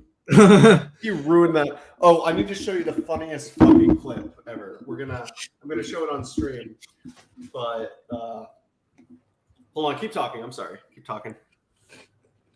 Yeah, so we do podcasts and streams and stuff, and yeah, we're an online I guess you could not necessarily intellectual movement. I think that's a bit grandiose for how small we are at the moment, but we're more just people who are trying to espouse a small group of young men trying to espouse more British traditionalism to the world, and I say this on an American stream, so forgive me, but we're also trying to kind of become less reliant on America. We kind of want to become our own beast and separate from America a little bit. Yeah, I mean, I'm all for that sort of thing. But look, I'm gonna speaking of ideas, though, this is probably one of the funniest clips on YouTube. Like I don't know. I do not like the Young Turks. I do not like Sam Cedar. I like Michael Brooks, rest in peace. But this is probably one of the single. Whenever I'm sad, I watch this because it just makes it just. Hold on, you're gonna have to see this, especially the reaction. It's a really good reaction. But all right, I think take a look at this. First, tell me if you hear anything. You hear anything? So I guess that's the question, Dave, is how much money do you get Okay. from think tanks connected to the Coke? Yeah, I don't know. We're just idiots. Jesus Christ. Well, I can't. My brain is still in recovery mode from taking in so many high-level important ideas. Oh my god! Oh my god! Hit us again. Come on, go. I have to say that my brain is still in recovery mode from taking in so many high-level important ideas. When did he say that? Was that recent? That was High level important idea. it was within the last year, and it was referring to a live event he did with Brett and Eric Weinstein. High-level important ideas like Peter Thiel good, college kids being me to be bad. That's a very accurate way of summing up Dave Rubin, though. He's just really embarrassing. I'm sorry.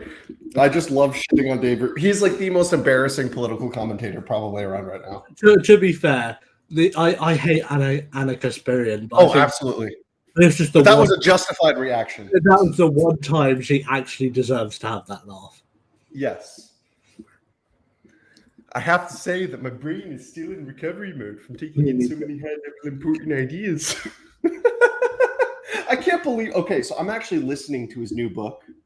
It is worse than the first one, I swear. Like, I don't know how you can get much worse than "Don't burn this book," but apparently, don't burn. There's no substance to it. It's like, at least "Don't burn this book" was structured. "Don't burn this country" has absolutely no coherent structure to it. And he's just like recycling things that he has said in his, oh God, I don't even know. Yeah. Sorry, but I'm sorry, Dave Rubin's just. Did you see one of my favorite?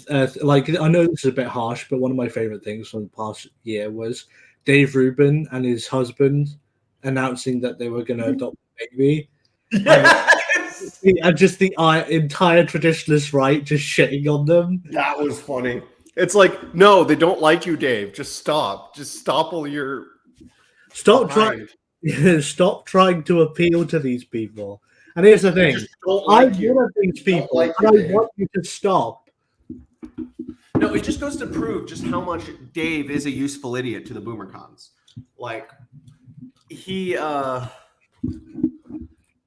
like they don't like his lifestyle, but they like how they shill to him because they feel like it gives them more credibility. It's fucking hilarious. One thing I would like to ask though is that how much would you say? Like, would you say? I'm not going to accuse boomer cons of like being across the board racist. I think that's unfair. They're not racist. They're like, in a lot of ways, they're even less racist than the progressives. But to my point is that do you think the same thing that that kind of like don't like the person or their lifestyle, but like the way they show for them? Do you think that also applies to Candace Owens? Candace Owens is even more of a grifter than Dave Rubin. I saw through it immediately. I never liked Candace Owens. Well, didn't she? She's attractive. I think she's kind of hot, but like, I do not like Candace Owens.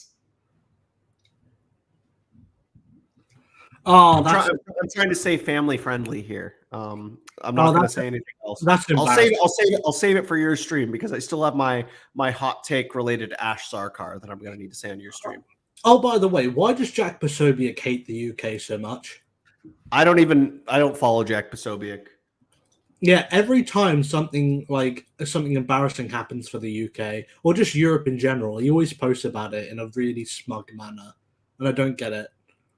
Like it just feels like he wants to make it as clear as possible that he hates Europe. Because he's probably because he's a boomer con who thinks, oh, England monarchy bad. Like he's just posted this, and it's news, and it is true, but he's just posted this in like breaking NATO flagship UK aircraft carrier HMS Prince of Wales has broken down shortly after launching the Portsmouth naval base. And here's the thing: if anyone else had posted that, I'll just think, oh, they're just sharing the news. Fair enough. But because it's him, and because I know his history, he's very clearly posting that as if to go, ha ha ha ha, British bad. Like because he does it every time some embarrassing news comes out of the UK or just the EU or something. Yeah, I know what you mean. That's accurate. Yeah, I think some people have alluded to the fact it's because he's got Polish heritage, and he kind of, and they see it as and he thinks that like the Allies kind of abandoned Poland, which is abandoned Poland, and so he just kind of likes to shit on Western Europe whenever he can. That's funny. He's very pro-Ukraine, isn't he? He is, yeah. Yeah, people call him alt-right.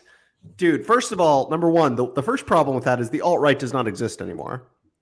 Number two, he's a boomer con. He's definitely not alt-right on policy. It's like, it's cringe that people still use this term. And I am currently in the middle of, I don't know when it's going to be released. It could be released anywhere from like a month to a year from now, because I really don't know how I'll have the time. But I'm making a video currently on the rise and fall of the alt-right.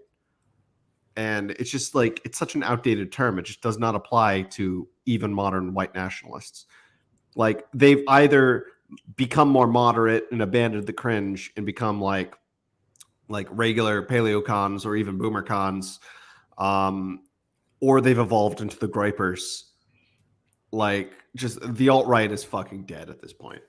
See, and here's the thing, like, yeah, that's true, and like, I'm sorry, I'm getting distracted with the Basobiec thing, but fucking, you've got fucking American boomercons in underneath him, just like this is like it's sort of like making like stupid comments like this, like, let me guess, they need 250 billion American dollars to maintain the fleet. It's like, no, motherfucker, we're one of the few countries which doesn't take subsidies on our defense from America. Fuck you. Was the alt-right, like, did the British media ever talk about the alt-right like it was a British thing? Because it's fundamentally an American phenomenon, but like, They used the term, but they never actually knew what the term meant. It was basically just interchangeable with neo-Nazi in the British context. because it was specifically an American neo-Nazi movement, and one of the things that defined it was their desire to distance themselves from traditional neo-Nazis and frame themselves as a more intellectual movement. And that was one of the things after Charlottesville. There was a major divide between them. There were two factions. There was the factions they were referred to as the unironic Nazis and the optics cucks. Like, literally, they were called the optics cucks. The one side that was like, let's distance ourselves from Nazi symbols and let's like try to make ourselves more mainstream. I don't know why I'm doing a Dave Rubin voice here. But then you had the neo Nazis who were like the Daily Stormer people. Was like, no, Heil Hitler. Let's do embrace Nazis. And so then that's what led to the fall of the alt right. It was stupid as hell. And do you know what's great is that well, I wouldn't say it's great, but it's certainly funny. Every group that's kind of every right wing, like major right wing group that's popped up after them has always had some kind of major. I don't say this as someone who enjoys the right wing being embarrassing, because I don't, being on the right myself, but every American major right wing movement that I've seen pop up online, at least, has always had some like major like optics fuck up, which is like killed the momentum. Like America First had Nick Fuentes and his Cat Boys. Like, oh, dude, Nick Fuentes is totally a closeted homosexual.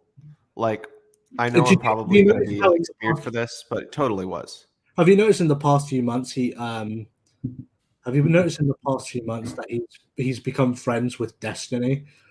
No, that is hilarious. Yeah, is it Destiny gay? Or at least bi? No, Destiny is in he's in a relationship with a woman where he doesn't sleep with other women, but he allows her to sleep with other men. So that's called that. You know what that? There's a word for that. Yeah, he's a cuck. Yep. Yeah, basically, and he's with this like white Swedish girl Nick Fuentes went to his house. So wait, they probably drink together. Well, she went to his house, but here's the thing.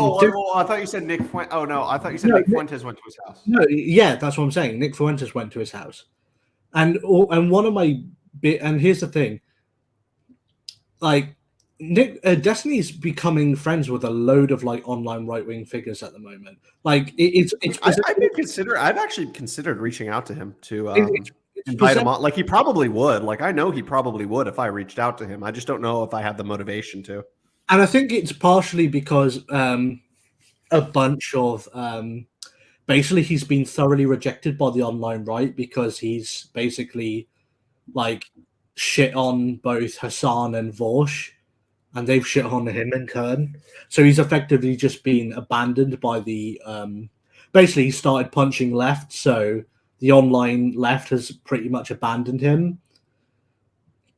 So he's presented himself as more of a center-left figure now, and he's become friends with a bunch of. He's always been a neo-lib. I've always seen Destiny as like a basic bitch neo-lib, like centrist type. Yeah, he's got a bunch. He's got a bunch of like made friends with a bunch of right-wing people. Like, he's friends. Alcazar thinks he's a grifter. Like, he just thinks Alcazar thinks he's a center-right guy grifting to the left. But he's really not. Like, he's become. Yeah, I kind of disagree with him there. We were actually right before I called you, before we had because we had our private conversation before this. Yeah, for like a couple hours. But yeah, I was talking to Alcazar on the phone, and that was his take. I kind of disagreed with him there, but I really don't think Destiny's that far left. Like, yeah, He's become I don't think he's one of us, mind you, but I don't think he's far left. he's become friends with people like Lauren Southern as well. Lauren Southern's becoming like way more moderate, and it's really weird. Yeah, Lawrence. Did you see her 3-hour long reveal, or where she went through a bunch, where she basically aired the dirty laundry of a bunch of like right wing figures? No, but I heard about it. Yeah, she aired dirty laundry on Paul Joseph Watson, uh, Tommy Robinson, and some rebel media girl she used to work with. Is Paul Joseph Watson really like far right? Well, here's the thing. Very recently, an audio recording was released of him drunk at a party where he said some pretty racist shit. So I do think he is legitimately.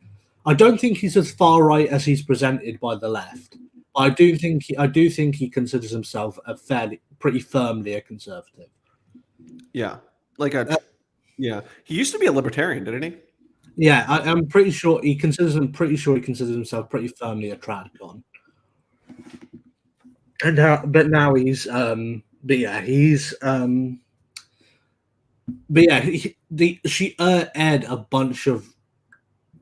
she aired a bunch of dirty laundry on a lot. Now, all of the people she aired dirty laundry on were people who haven't really been relevant for a couple of years, so that's fine.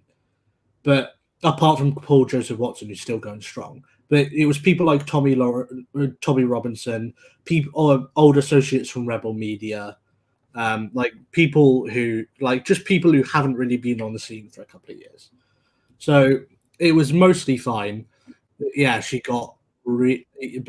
aired a lot of dirty laundry, and it really just goes to show that I think, like, while she still presents herself as a right winger, it's clear that she's really trying to create a clean slate and try to appeal to a new audience of moderates. How easy do you think it would be to get her on for an interview? That would be interesting.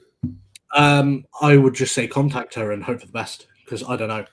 I've had people like who've accepted interview requests who I never would have otherwise expected to answer interview requests. So it's really interesting. Well, here's the thing. A couple of years ago, I managed to interview, in 2020, I managed to interview Sargon, but trying to get a hold of him today is nearly impossible. Well, since he's done the Lotus Eaters, it's nearly impossible. Because I probably, like, you'd be a point of contact. I don't know. Do you think you could reach out? Like, if I were to like try to get him, because again, I don't think I've publicly announced this yet, but I am in the middle with me and some former liberalists are currently in the planning stages of making a full length 1 to 2 hour long documentary on the rise and fall of the liberalist movement, which Sargon created in early 2018.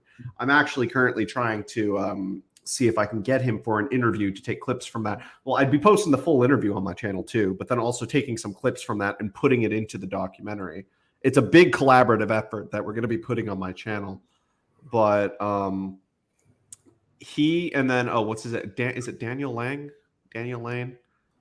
Whoever his buddy was, who also co-created the movement.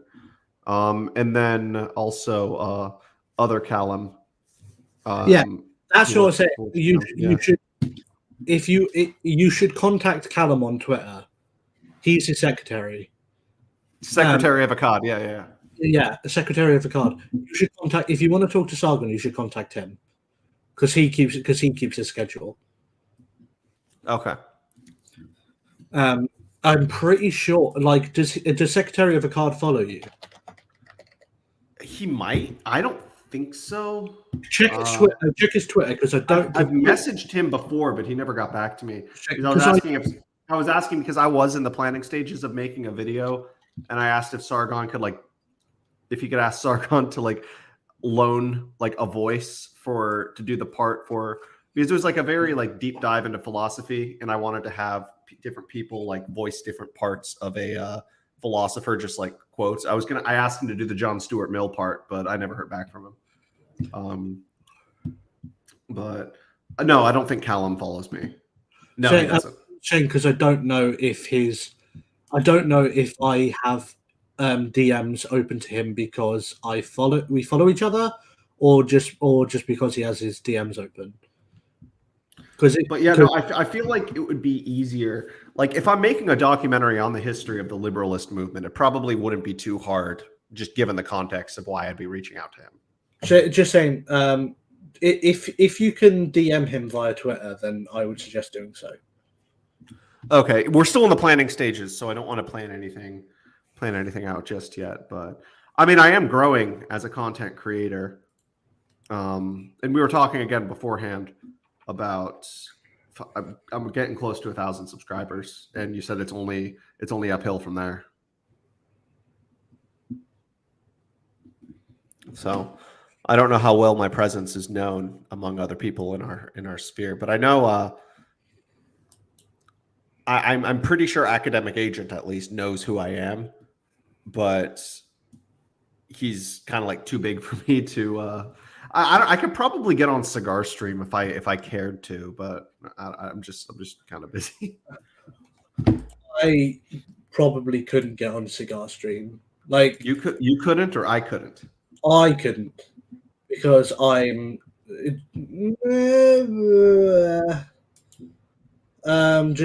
just don't think. I just think my associations would because AA really doesn't like Harry Angladive or Joz, who are both part of the Wellington project. I just really don't think they would much care for.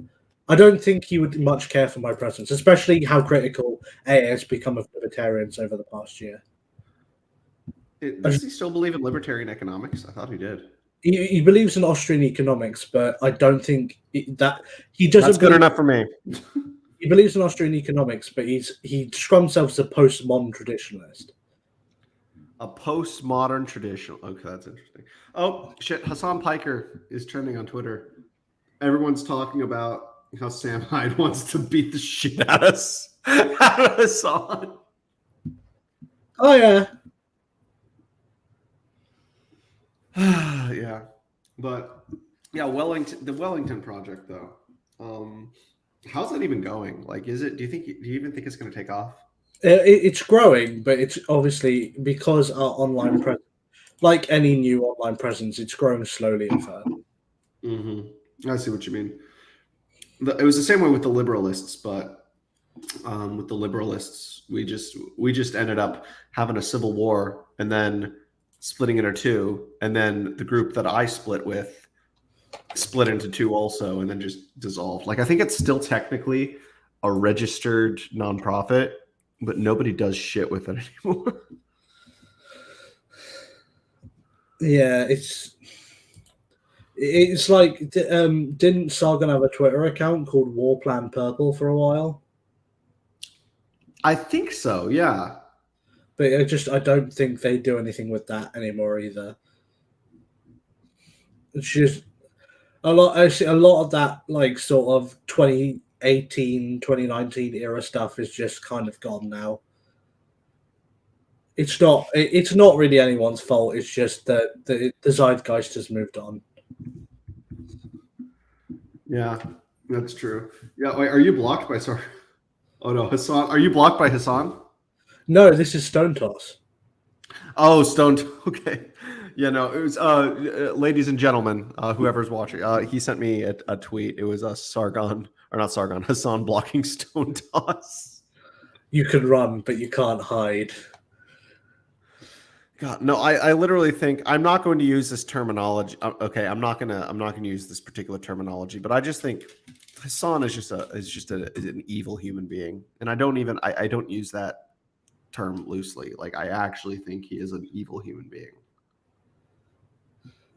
Yeah, he's the quintessential.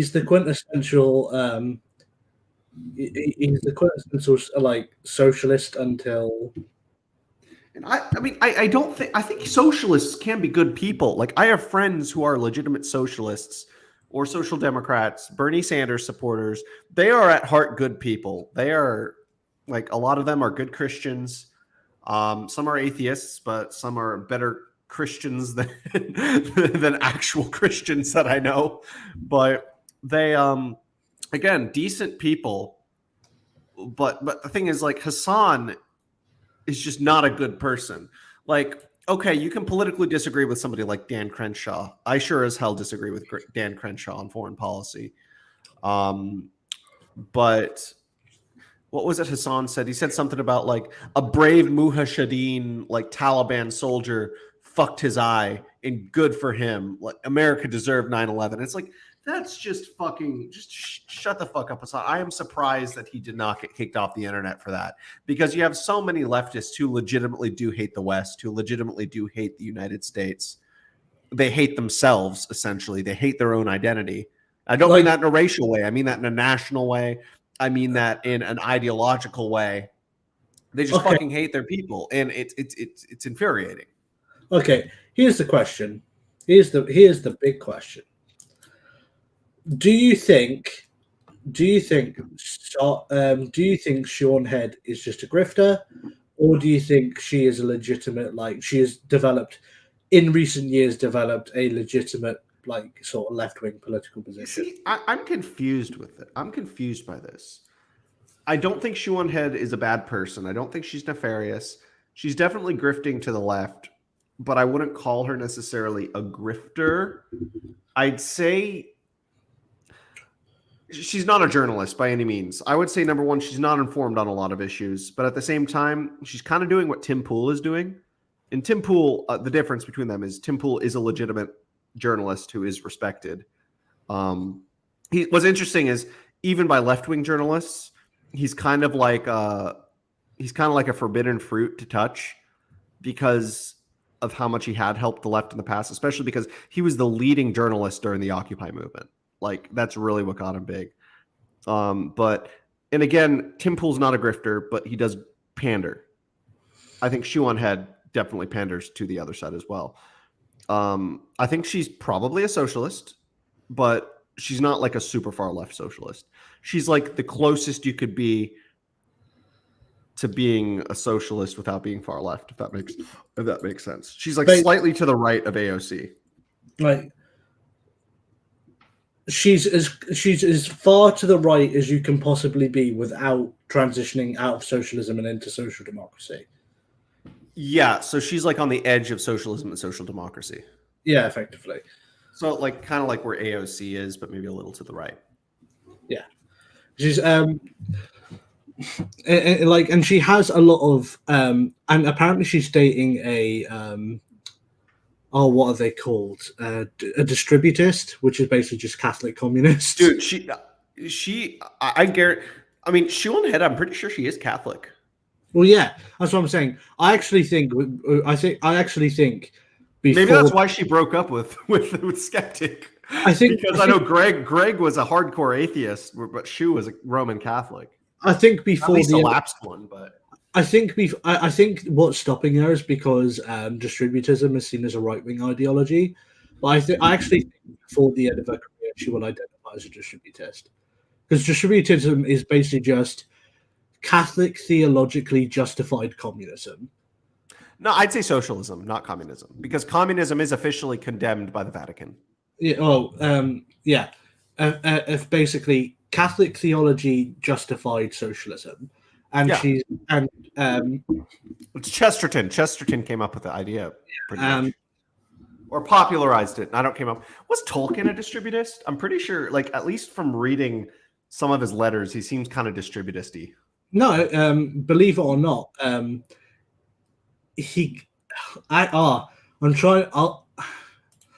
need to. This is going to take me a couple of minutes to find. So keep talking to the audience, because I really need to find this media for you. Hey, audience, what's up? What's going on? So today, we're merging on. I think this is going to be the final part of our conversation. We're going to be talking a little bit about Tolkien, and I'm also going to be doing a little teaser, because on the 2nd of November, or on the 2nd of September, which is Tolkien's death day, when the not Lord of the Rings of Power comes out, we're going to be competing with Amazon's The Rings of Power. And at the same time that episode drops, we are going to be doing a political pigpen on the politics of Middle-earth. So I want all you guys to tune in for that. Do not endorse Amazon with their not Lord of the Rings show. And we're going to be doing that at 9 p.m. I think on this Thursday. Are you going to be on, Anglo? Are you going to stay up that late? Are you going to come on? I probably could. Just get some Yeah. sleep in the day before. Come on, because we have a lot to talk about. We're gonna probably spend the first quarter shitting on the new, just the context of the new show, and then we're gonna spend the last 3/4 discussing just the politics of Middle Earth. So just the themes, because it's a very conservative book. Like I don't go by the term conservative. I've never identified as a conservative in my life, but it definitely is a conservative book in terms of its I guess overall stuff. So Yeah, basically, Tolkien seems to identify as something similar to a Hoppian in one of his letters. So I've sent you this little graphic that the Hoppian.org created, but it draws from writings from one of his letters to his brother, I believe. So I know on like, I know like doing like, oh, Team Edward, Team Jacob. I know that stuff is cringe, but honestly, you know what I am? I am firmly 100% Team House of the Dragon in terms of these fantasy, the fantasy battle, the battle between the fantasy shows now, and purely because I am hardcore anti Rings of Power. Plus House of the Dragon. I don't know if you saw the premiere. It was actually really good. Like the next episode starts in 45 minutes, and I'm excited. I haven't watched it yet, so I wouldn't know. In 1943, in the depths of World War II, J.R. Tolkien wrote to his son Christopher, "My political opinions lean more and more toward anarchy, philosophically understood to mean the abolition of control, not whiskered men with bombs, or to unconstitutional monarchy." He's considered an anarcho model. He's basically he referred to the Shire basically as anarcho-capitalism. Well, which makes sense because the Shire has no government. It's just fucking agrarian markets. Yeah, it's basically just lazy little people living without government. It's based honestly, the Shire is quite literally the ideal society. Well, yeah, he based it basically on ancient. Yeah, and so this is what bothers me. So it's super inconvenient that I have to make this criticism because some people are going to hear it as, "Oh, you don't like diversity in shows, you're like bigoted, blah, blah, blah, blah." But ethnically diverse casting does not work within the Lord of the Rings, that specific context. This is not Star Wars. It works within the context of Star Wars. It can even work within the context of like other fantasy series.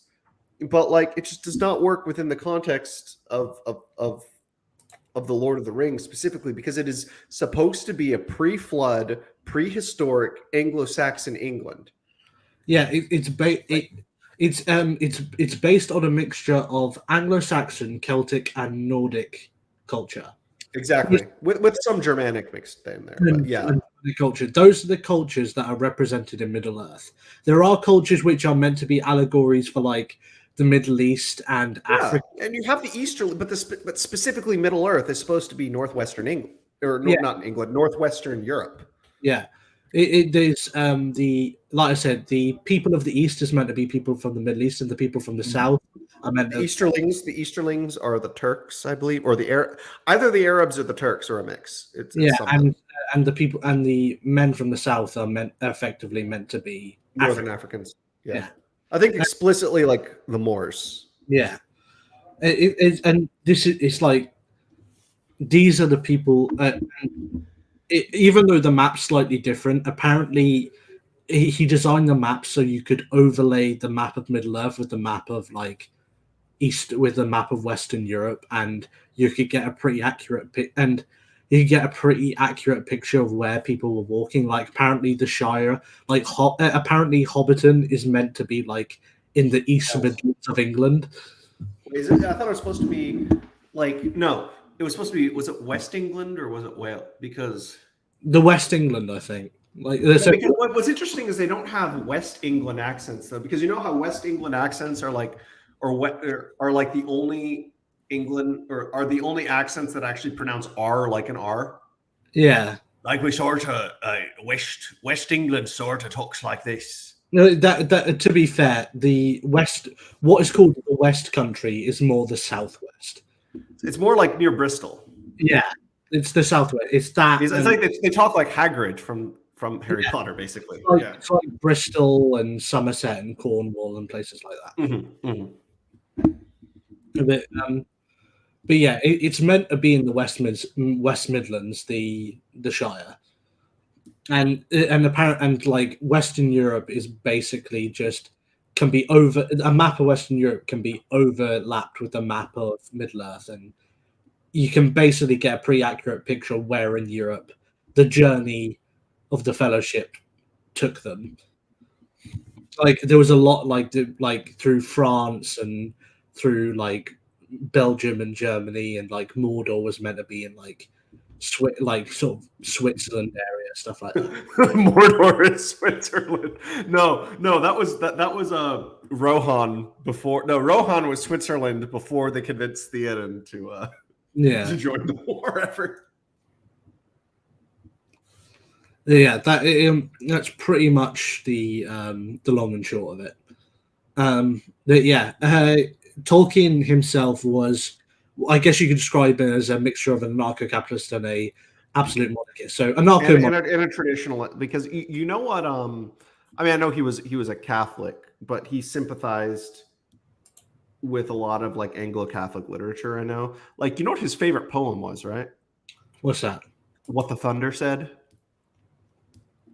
Do you have it on you? Because I've never read it. Yeah, hold on. It's What the Thunder Said. I'll probably take this clip out and make it a separate dramatic reading, but it's after the torchlight red on sweaty faces, after the frosty silence in the gardens, after the agony in stony places, the shouting and crying, prison and palace and reverberation of thunder of spring over distant mountains, he who is living is now dead. We who are living are now dying with little patience. Here is no rock, but only water. Here is rock, but no water, and the sandy road, the road winding above the mountains, which are mountains of rock without water. If there were water, we should stop and drink. Amongst the rock, one cannot stop or think. Sweat is dry, feet are the sand. If there were only water amongst the rock, dead mountain mouths of carious teeth that cannot spit, here that one can neither stand nor lie nor sit. There is not even silence in the mountains, but dry, sterile thunder without rain.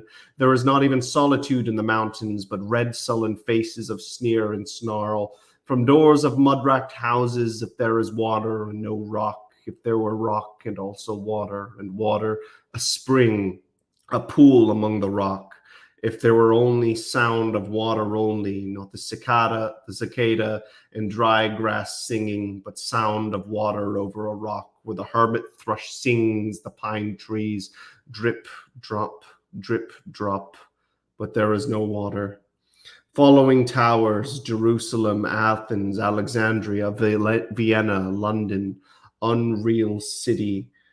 And in this decayed hole, only a cock stood on the roof tree, cuckoo-rico, and a flash of lightning, then a damp gust.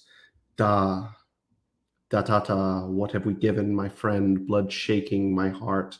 The awful daring of a moment's surrender, which an age of prudence can never retract. By this and this only we have existed in our empty rooms. Dayatavam, I have heard the key. Revive for a moment a broken Coriolanus. Dayamata, the boat responded to trolling Humes. And then the thunder spoke. Data, what have we given? My friend, blood shaking my heart, the awful daring of a moment's surrender. By this and only this we have existed. The boat responded gaily to the hand expert with sail and oar. The sea was calm, your heart would have responded gaily when invited, beating obedient to control hands. I sat upon the shore, fishing, with the arid plain behind me. Shall I at least let my hands in order? London Bridge is falling down, falling down, falling down. quadado fiam siku kishilian swallow le prince diocotan le toi abouele. These fragments I have shored against my ruins. Why let the file fit you? Hieronymos mad agin data dayamata damyata shanti shanti shanti. It's the final. It's the final poem of the Wasteland. That was the abridged version. I skipped lines, but you get the point. That was Tolkien's favorite poem. Oh, okay. So you've read T.S. Eliot, right? I'm guessing. T.S. Eliot, no. I've read Tolkien. I've read C.S. Lewis. I've read some Tolstoy, but I've not read. I've not read C.S. Eliot. T.S. Eliot. No, but the Wasteland is probably my favorite poem of all time. It's just basically, it was published the same year as, get this, Ulysses and The Decline of the West by Oswald Spengler, 2 years before The Great Gatsby. All four of these works are centered around the same exact themes. What themes are that then? The decline of Western civilization in the post-war era. It applies more today, I think, than any time in history. But I'd say T.S. Eliot. T.S. Eliot is probably tied as my second favorite poet with Rudyard Kipling. First favorite is Ezra Pound, which is a little problematic, I know, to the progressives because he was a fascist, but I love Ezra Pound. He was a great poet. Fantastic. So it was a good poem, very impactful, I suppose. Yeah, I guess Eliot and Kipling and Pound are definitely my biggest literary inspiration because I don't know if you know, but I'm also a poet. So I haven't shared any of my stuff. Don't know if I want to share my stuff on my YouTube channel, but might be I've something. debated it. Might be something to develop a Substack for. That's probably true. And my friend, I don't know if you're aware of him, but Paul Fahrenheit, follow him on Twitter. He has a popular Substack now. He actually spoke at one of Academic Agent's events, but the funny thing is we were raised 2 towns over from each other, but we literally just met like a few months ago online, and we just realized, oh shit, we realized that we also had met each other before when he came in. He was a client at my place of work beforehand. But yeah. I'll say we go for another 8 minutes. We just, I guess, start closing things out. Okay. Go to the 350. But yeah. Anything else you really want to say, I guess, about the state of UK politics? Well, I guess I could mention the... hold on. I'll do what I said I was going to do in the beginning, and I'm going to go on political news. I'll find a topic for us to close out on because I'm drawing a blank. See if I can find. I apologize if you feel like I'm just filling space here, but I don't care. We fill space all the time on trying to find something that is actually talking about for a few minutes. But a political tabloid news tends to be incredibly dry, so I try to find something that's actually worth. I love political tabloid news. Like there are so many shitty tabloids here in the U.S. I remember about 7 years ago, I was at a Walmart with a friend of mine who might be coming on at one point. This was back second year of college. We'd gone into a Walmart, and it was like this low-grade tabloid said, Queen Elizabeth names Prince William his heir. Prince Charles is furious! Exclamation point! Exclamation point! Exclamation point! I'm like, Prince Charles does not seem like the guy who'd be furious about very much. Like, I feel like in that situation he'd be like, oh no, oh boy, all right, I guess I'm going to go back to doing my thing. Yeah, he's Prince. Here's the thing, Prince Charles. I like Prince Charles. He seems like a decent guy who just gets in over his head a lot. Prince Charles is someone who, if you know anything about the royal family, is someone who has had the fact that people don't actually care about his opinion beaten into him since childhood. Like, he's also a traditionalist, capital T, right? He's yeah, a big fan of Julius Evola and Rene Guénon, but he just doesn't talk about it very much. yeah, he's also from even though he is technically part of the Anglican Church and always will be because of his monarchical status. He likes Sufi. He's a big fan of Sufi Islam. He's a big fan of Sufi Islam, but he's a practitioner in his private life of Orthodox Christianity. Oh no, he's like Prince Philip, Anglo-Orthodox. I was actually going to mention that earlier, but it's a very niche form of Anglicanism. Yeah, just going to say he practices orthodoxy in his private life, and he was just going to say because his father and grandmother come from a Greek Orthodox tradition. His grandmother was a nun. Yeah, his father was the Prince of Greece and Denmark before that title was destroyed during the Revolution, during the Republican Revolution, and his mother was his mother did become she became a Greek Orthodox nun, and during World War II, she and her convent hid Jews during the Holocaust. Yeah, I was actually. So what's funny is I live literally right next door to an Orthodox church. The Anglican church I go to is like a quarter of a mile away. There's an Orthodox church literally right next door to my apartment, though. I might go check it out sometime. Like, I'm not going to convert, but I'm also a perennial traditionalist, capital T, which means like, hey, I mean, if they have some esoteric ideas that I find impactful, I mean, at least I could go for. I might attend one day just as a means of maybe finding some sort of inspiration, because you never know. Yeah. Okay, so here's something to talk about for the last couple of minutes. This is not to do with the UK, however. Anything's fair game at this point. Sanna Marin, how much partying is too much for a leader? On a summer night in Helsinki a few weeks ago, Sanna Marin was partying with her friends. The 36-year-old drank alcohol, danced, and sang along to music in a private venue. Someone pulled out a phone and revelers posed it for the camera, dancing, laughing, hugging each other. A perfectly normal night out for an ordinary woman in her 30s, though that probably shouldn't be the case.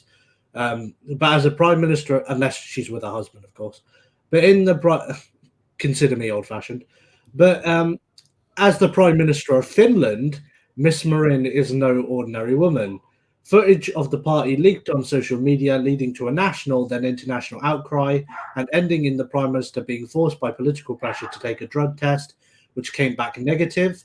When a photo later published of two influencers kissing partially topless at her official residence at a different event, she apologized and admitted it was inappropriate. Mikhail Jungler, former secretary of the Social Democratic Party, SDP, led by Miss Marin, said that in the recent video and photo and video leaks have made her seem ridiculous, and there is now little chance of her surviving as prime minister in the next election. This is the prime minister of Finland?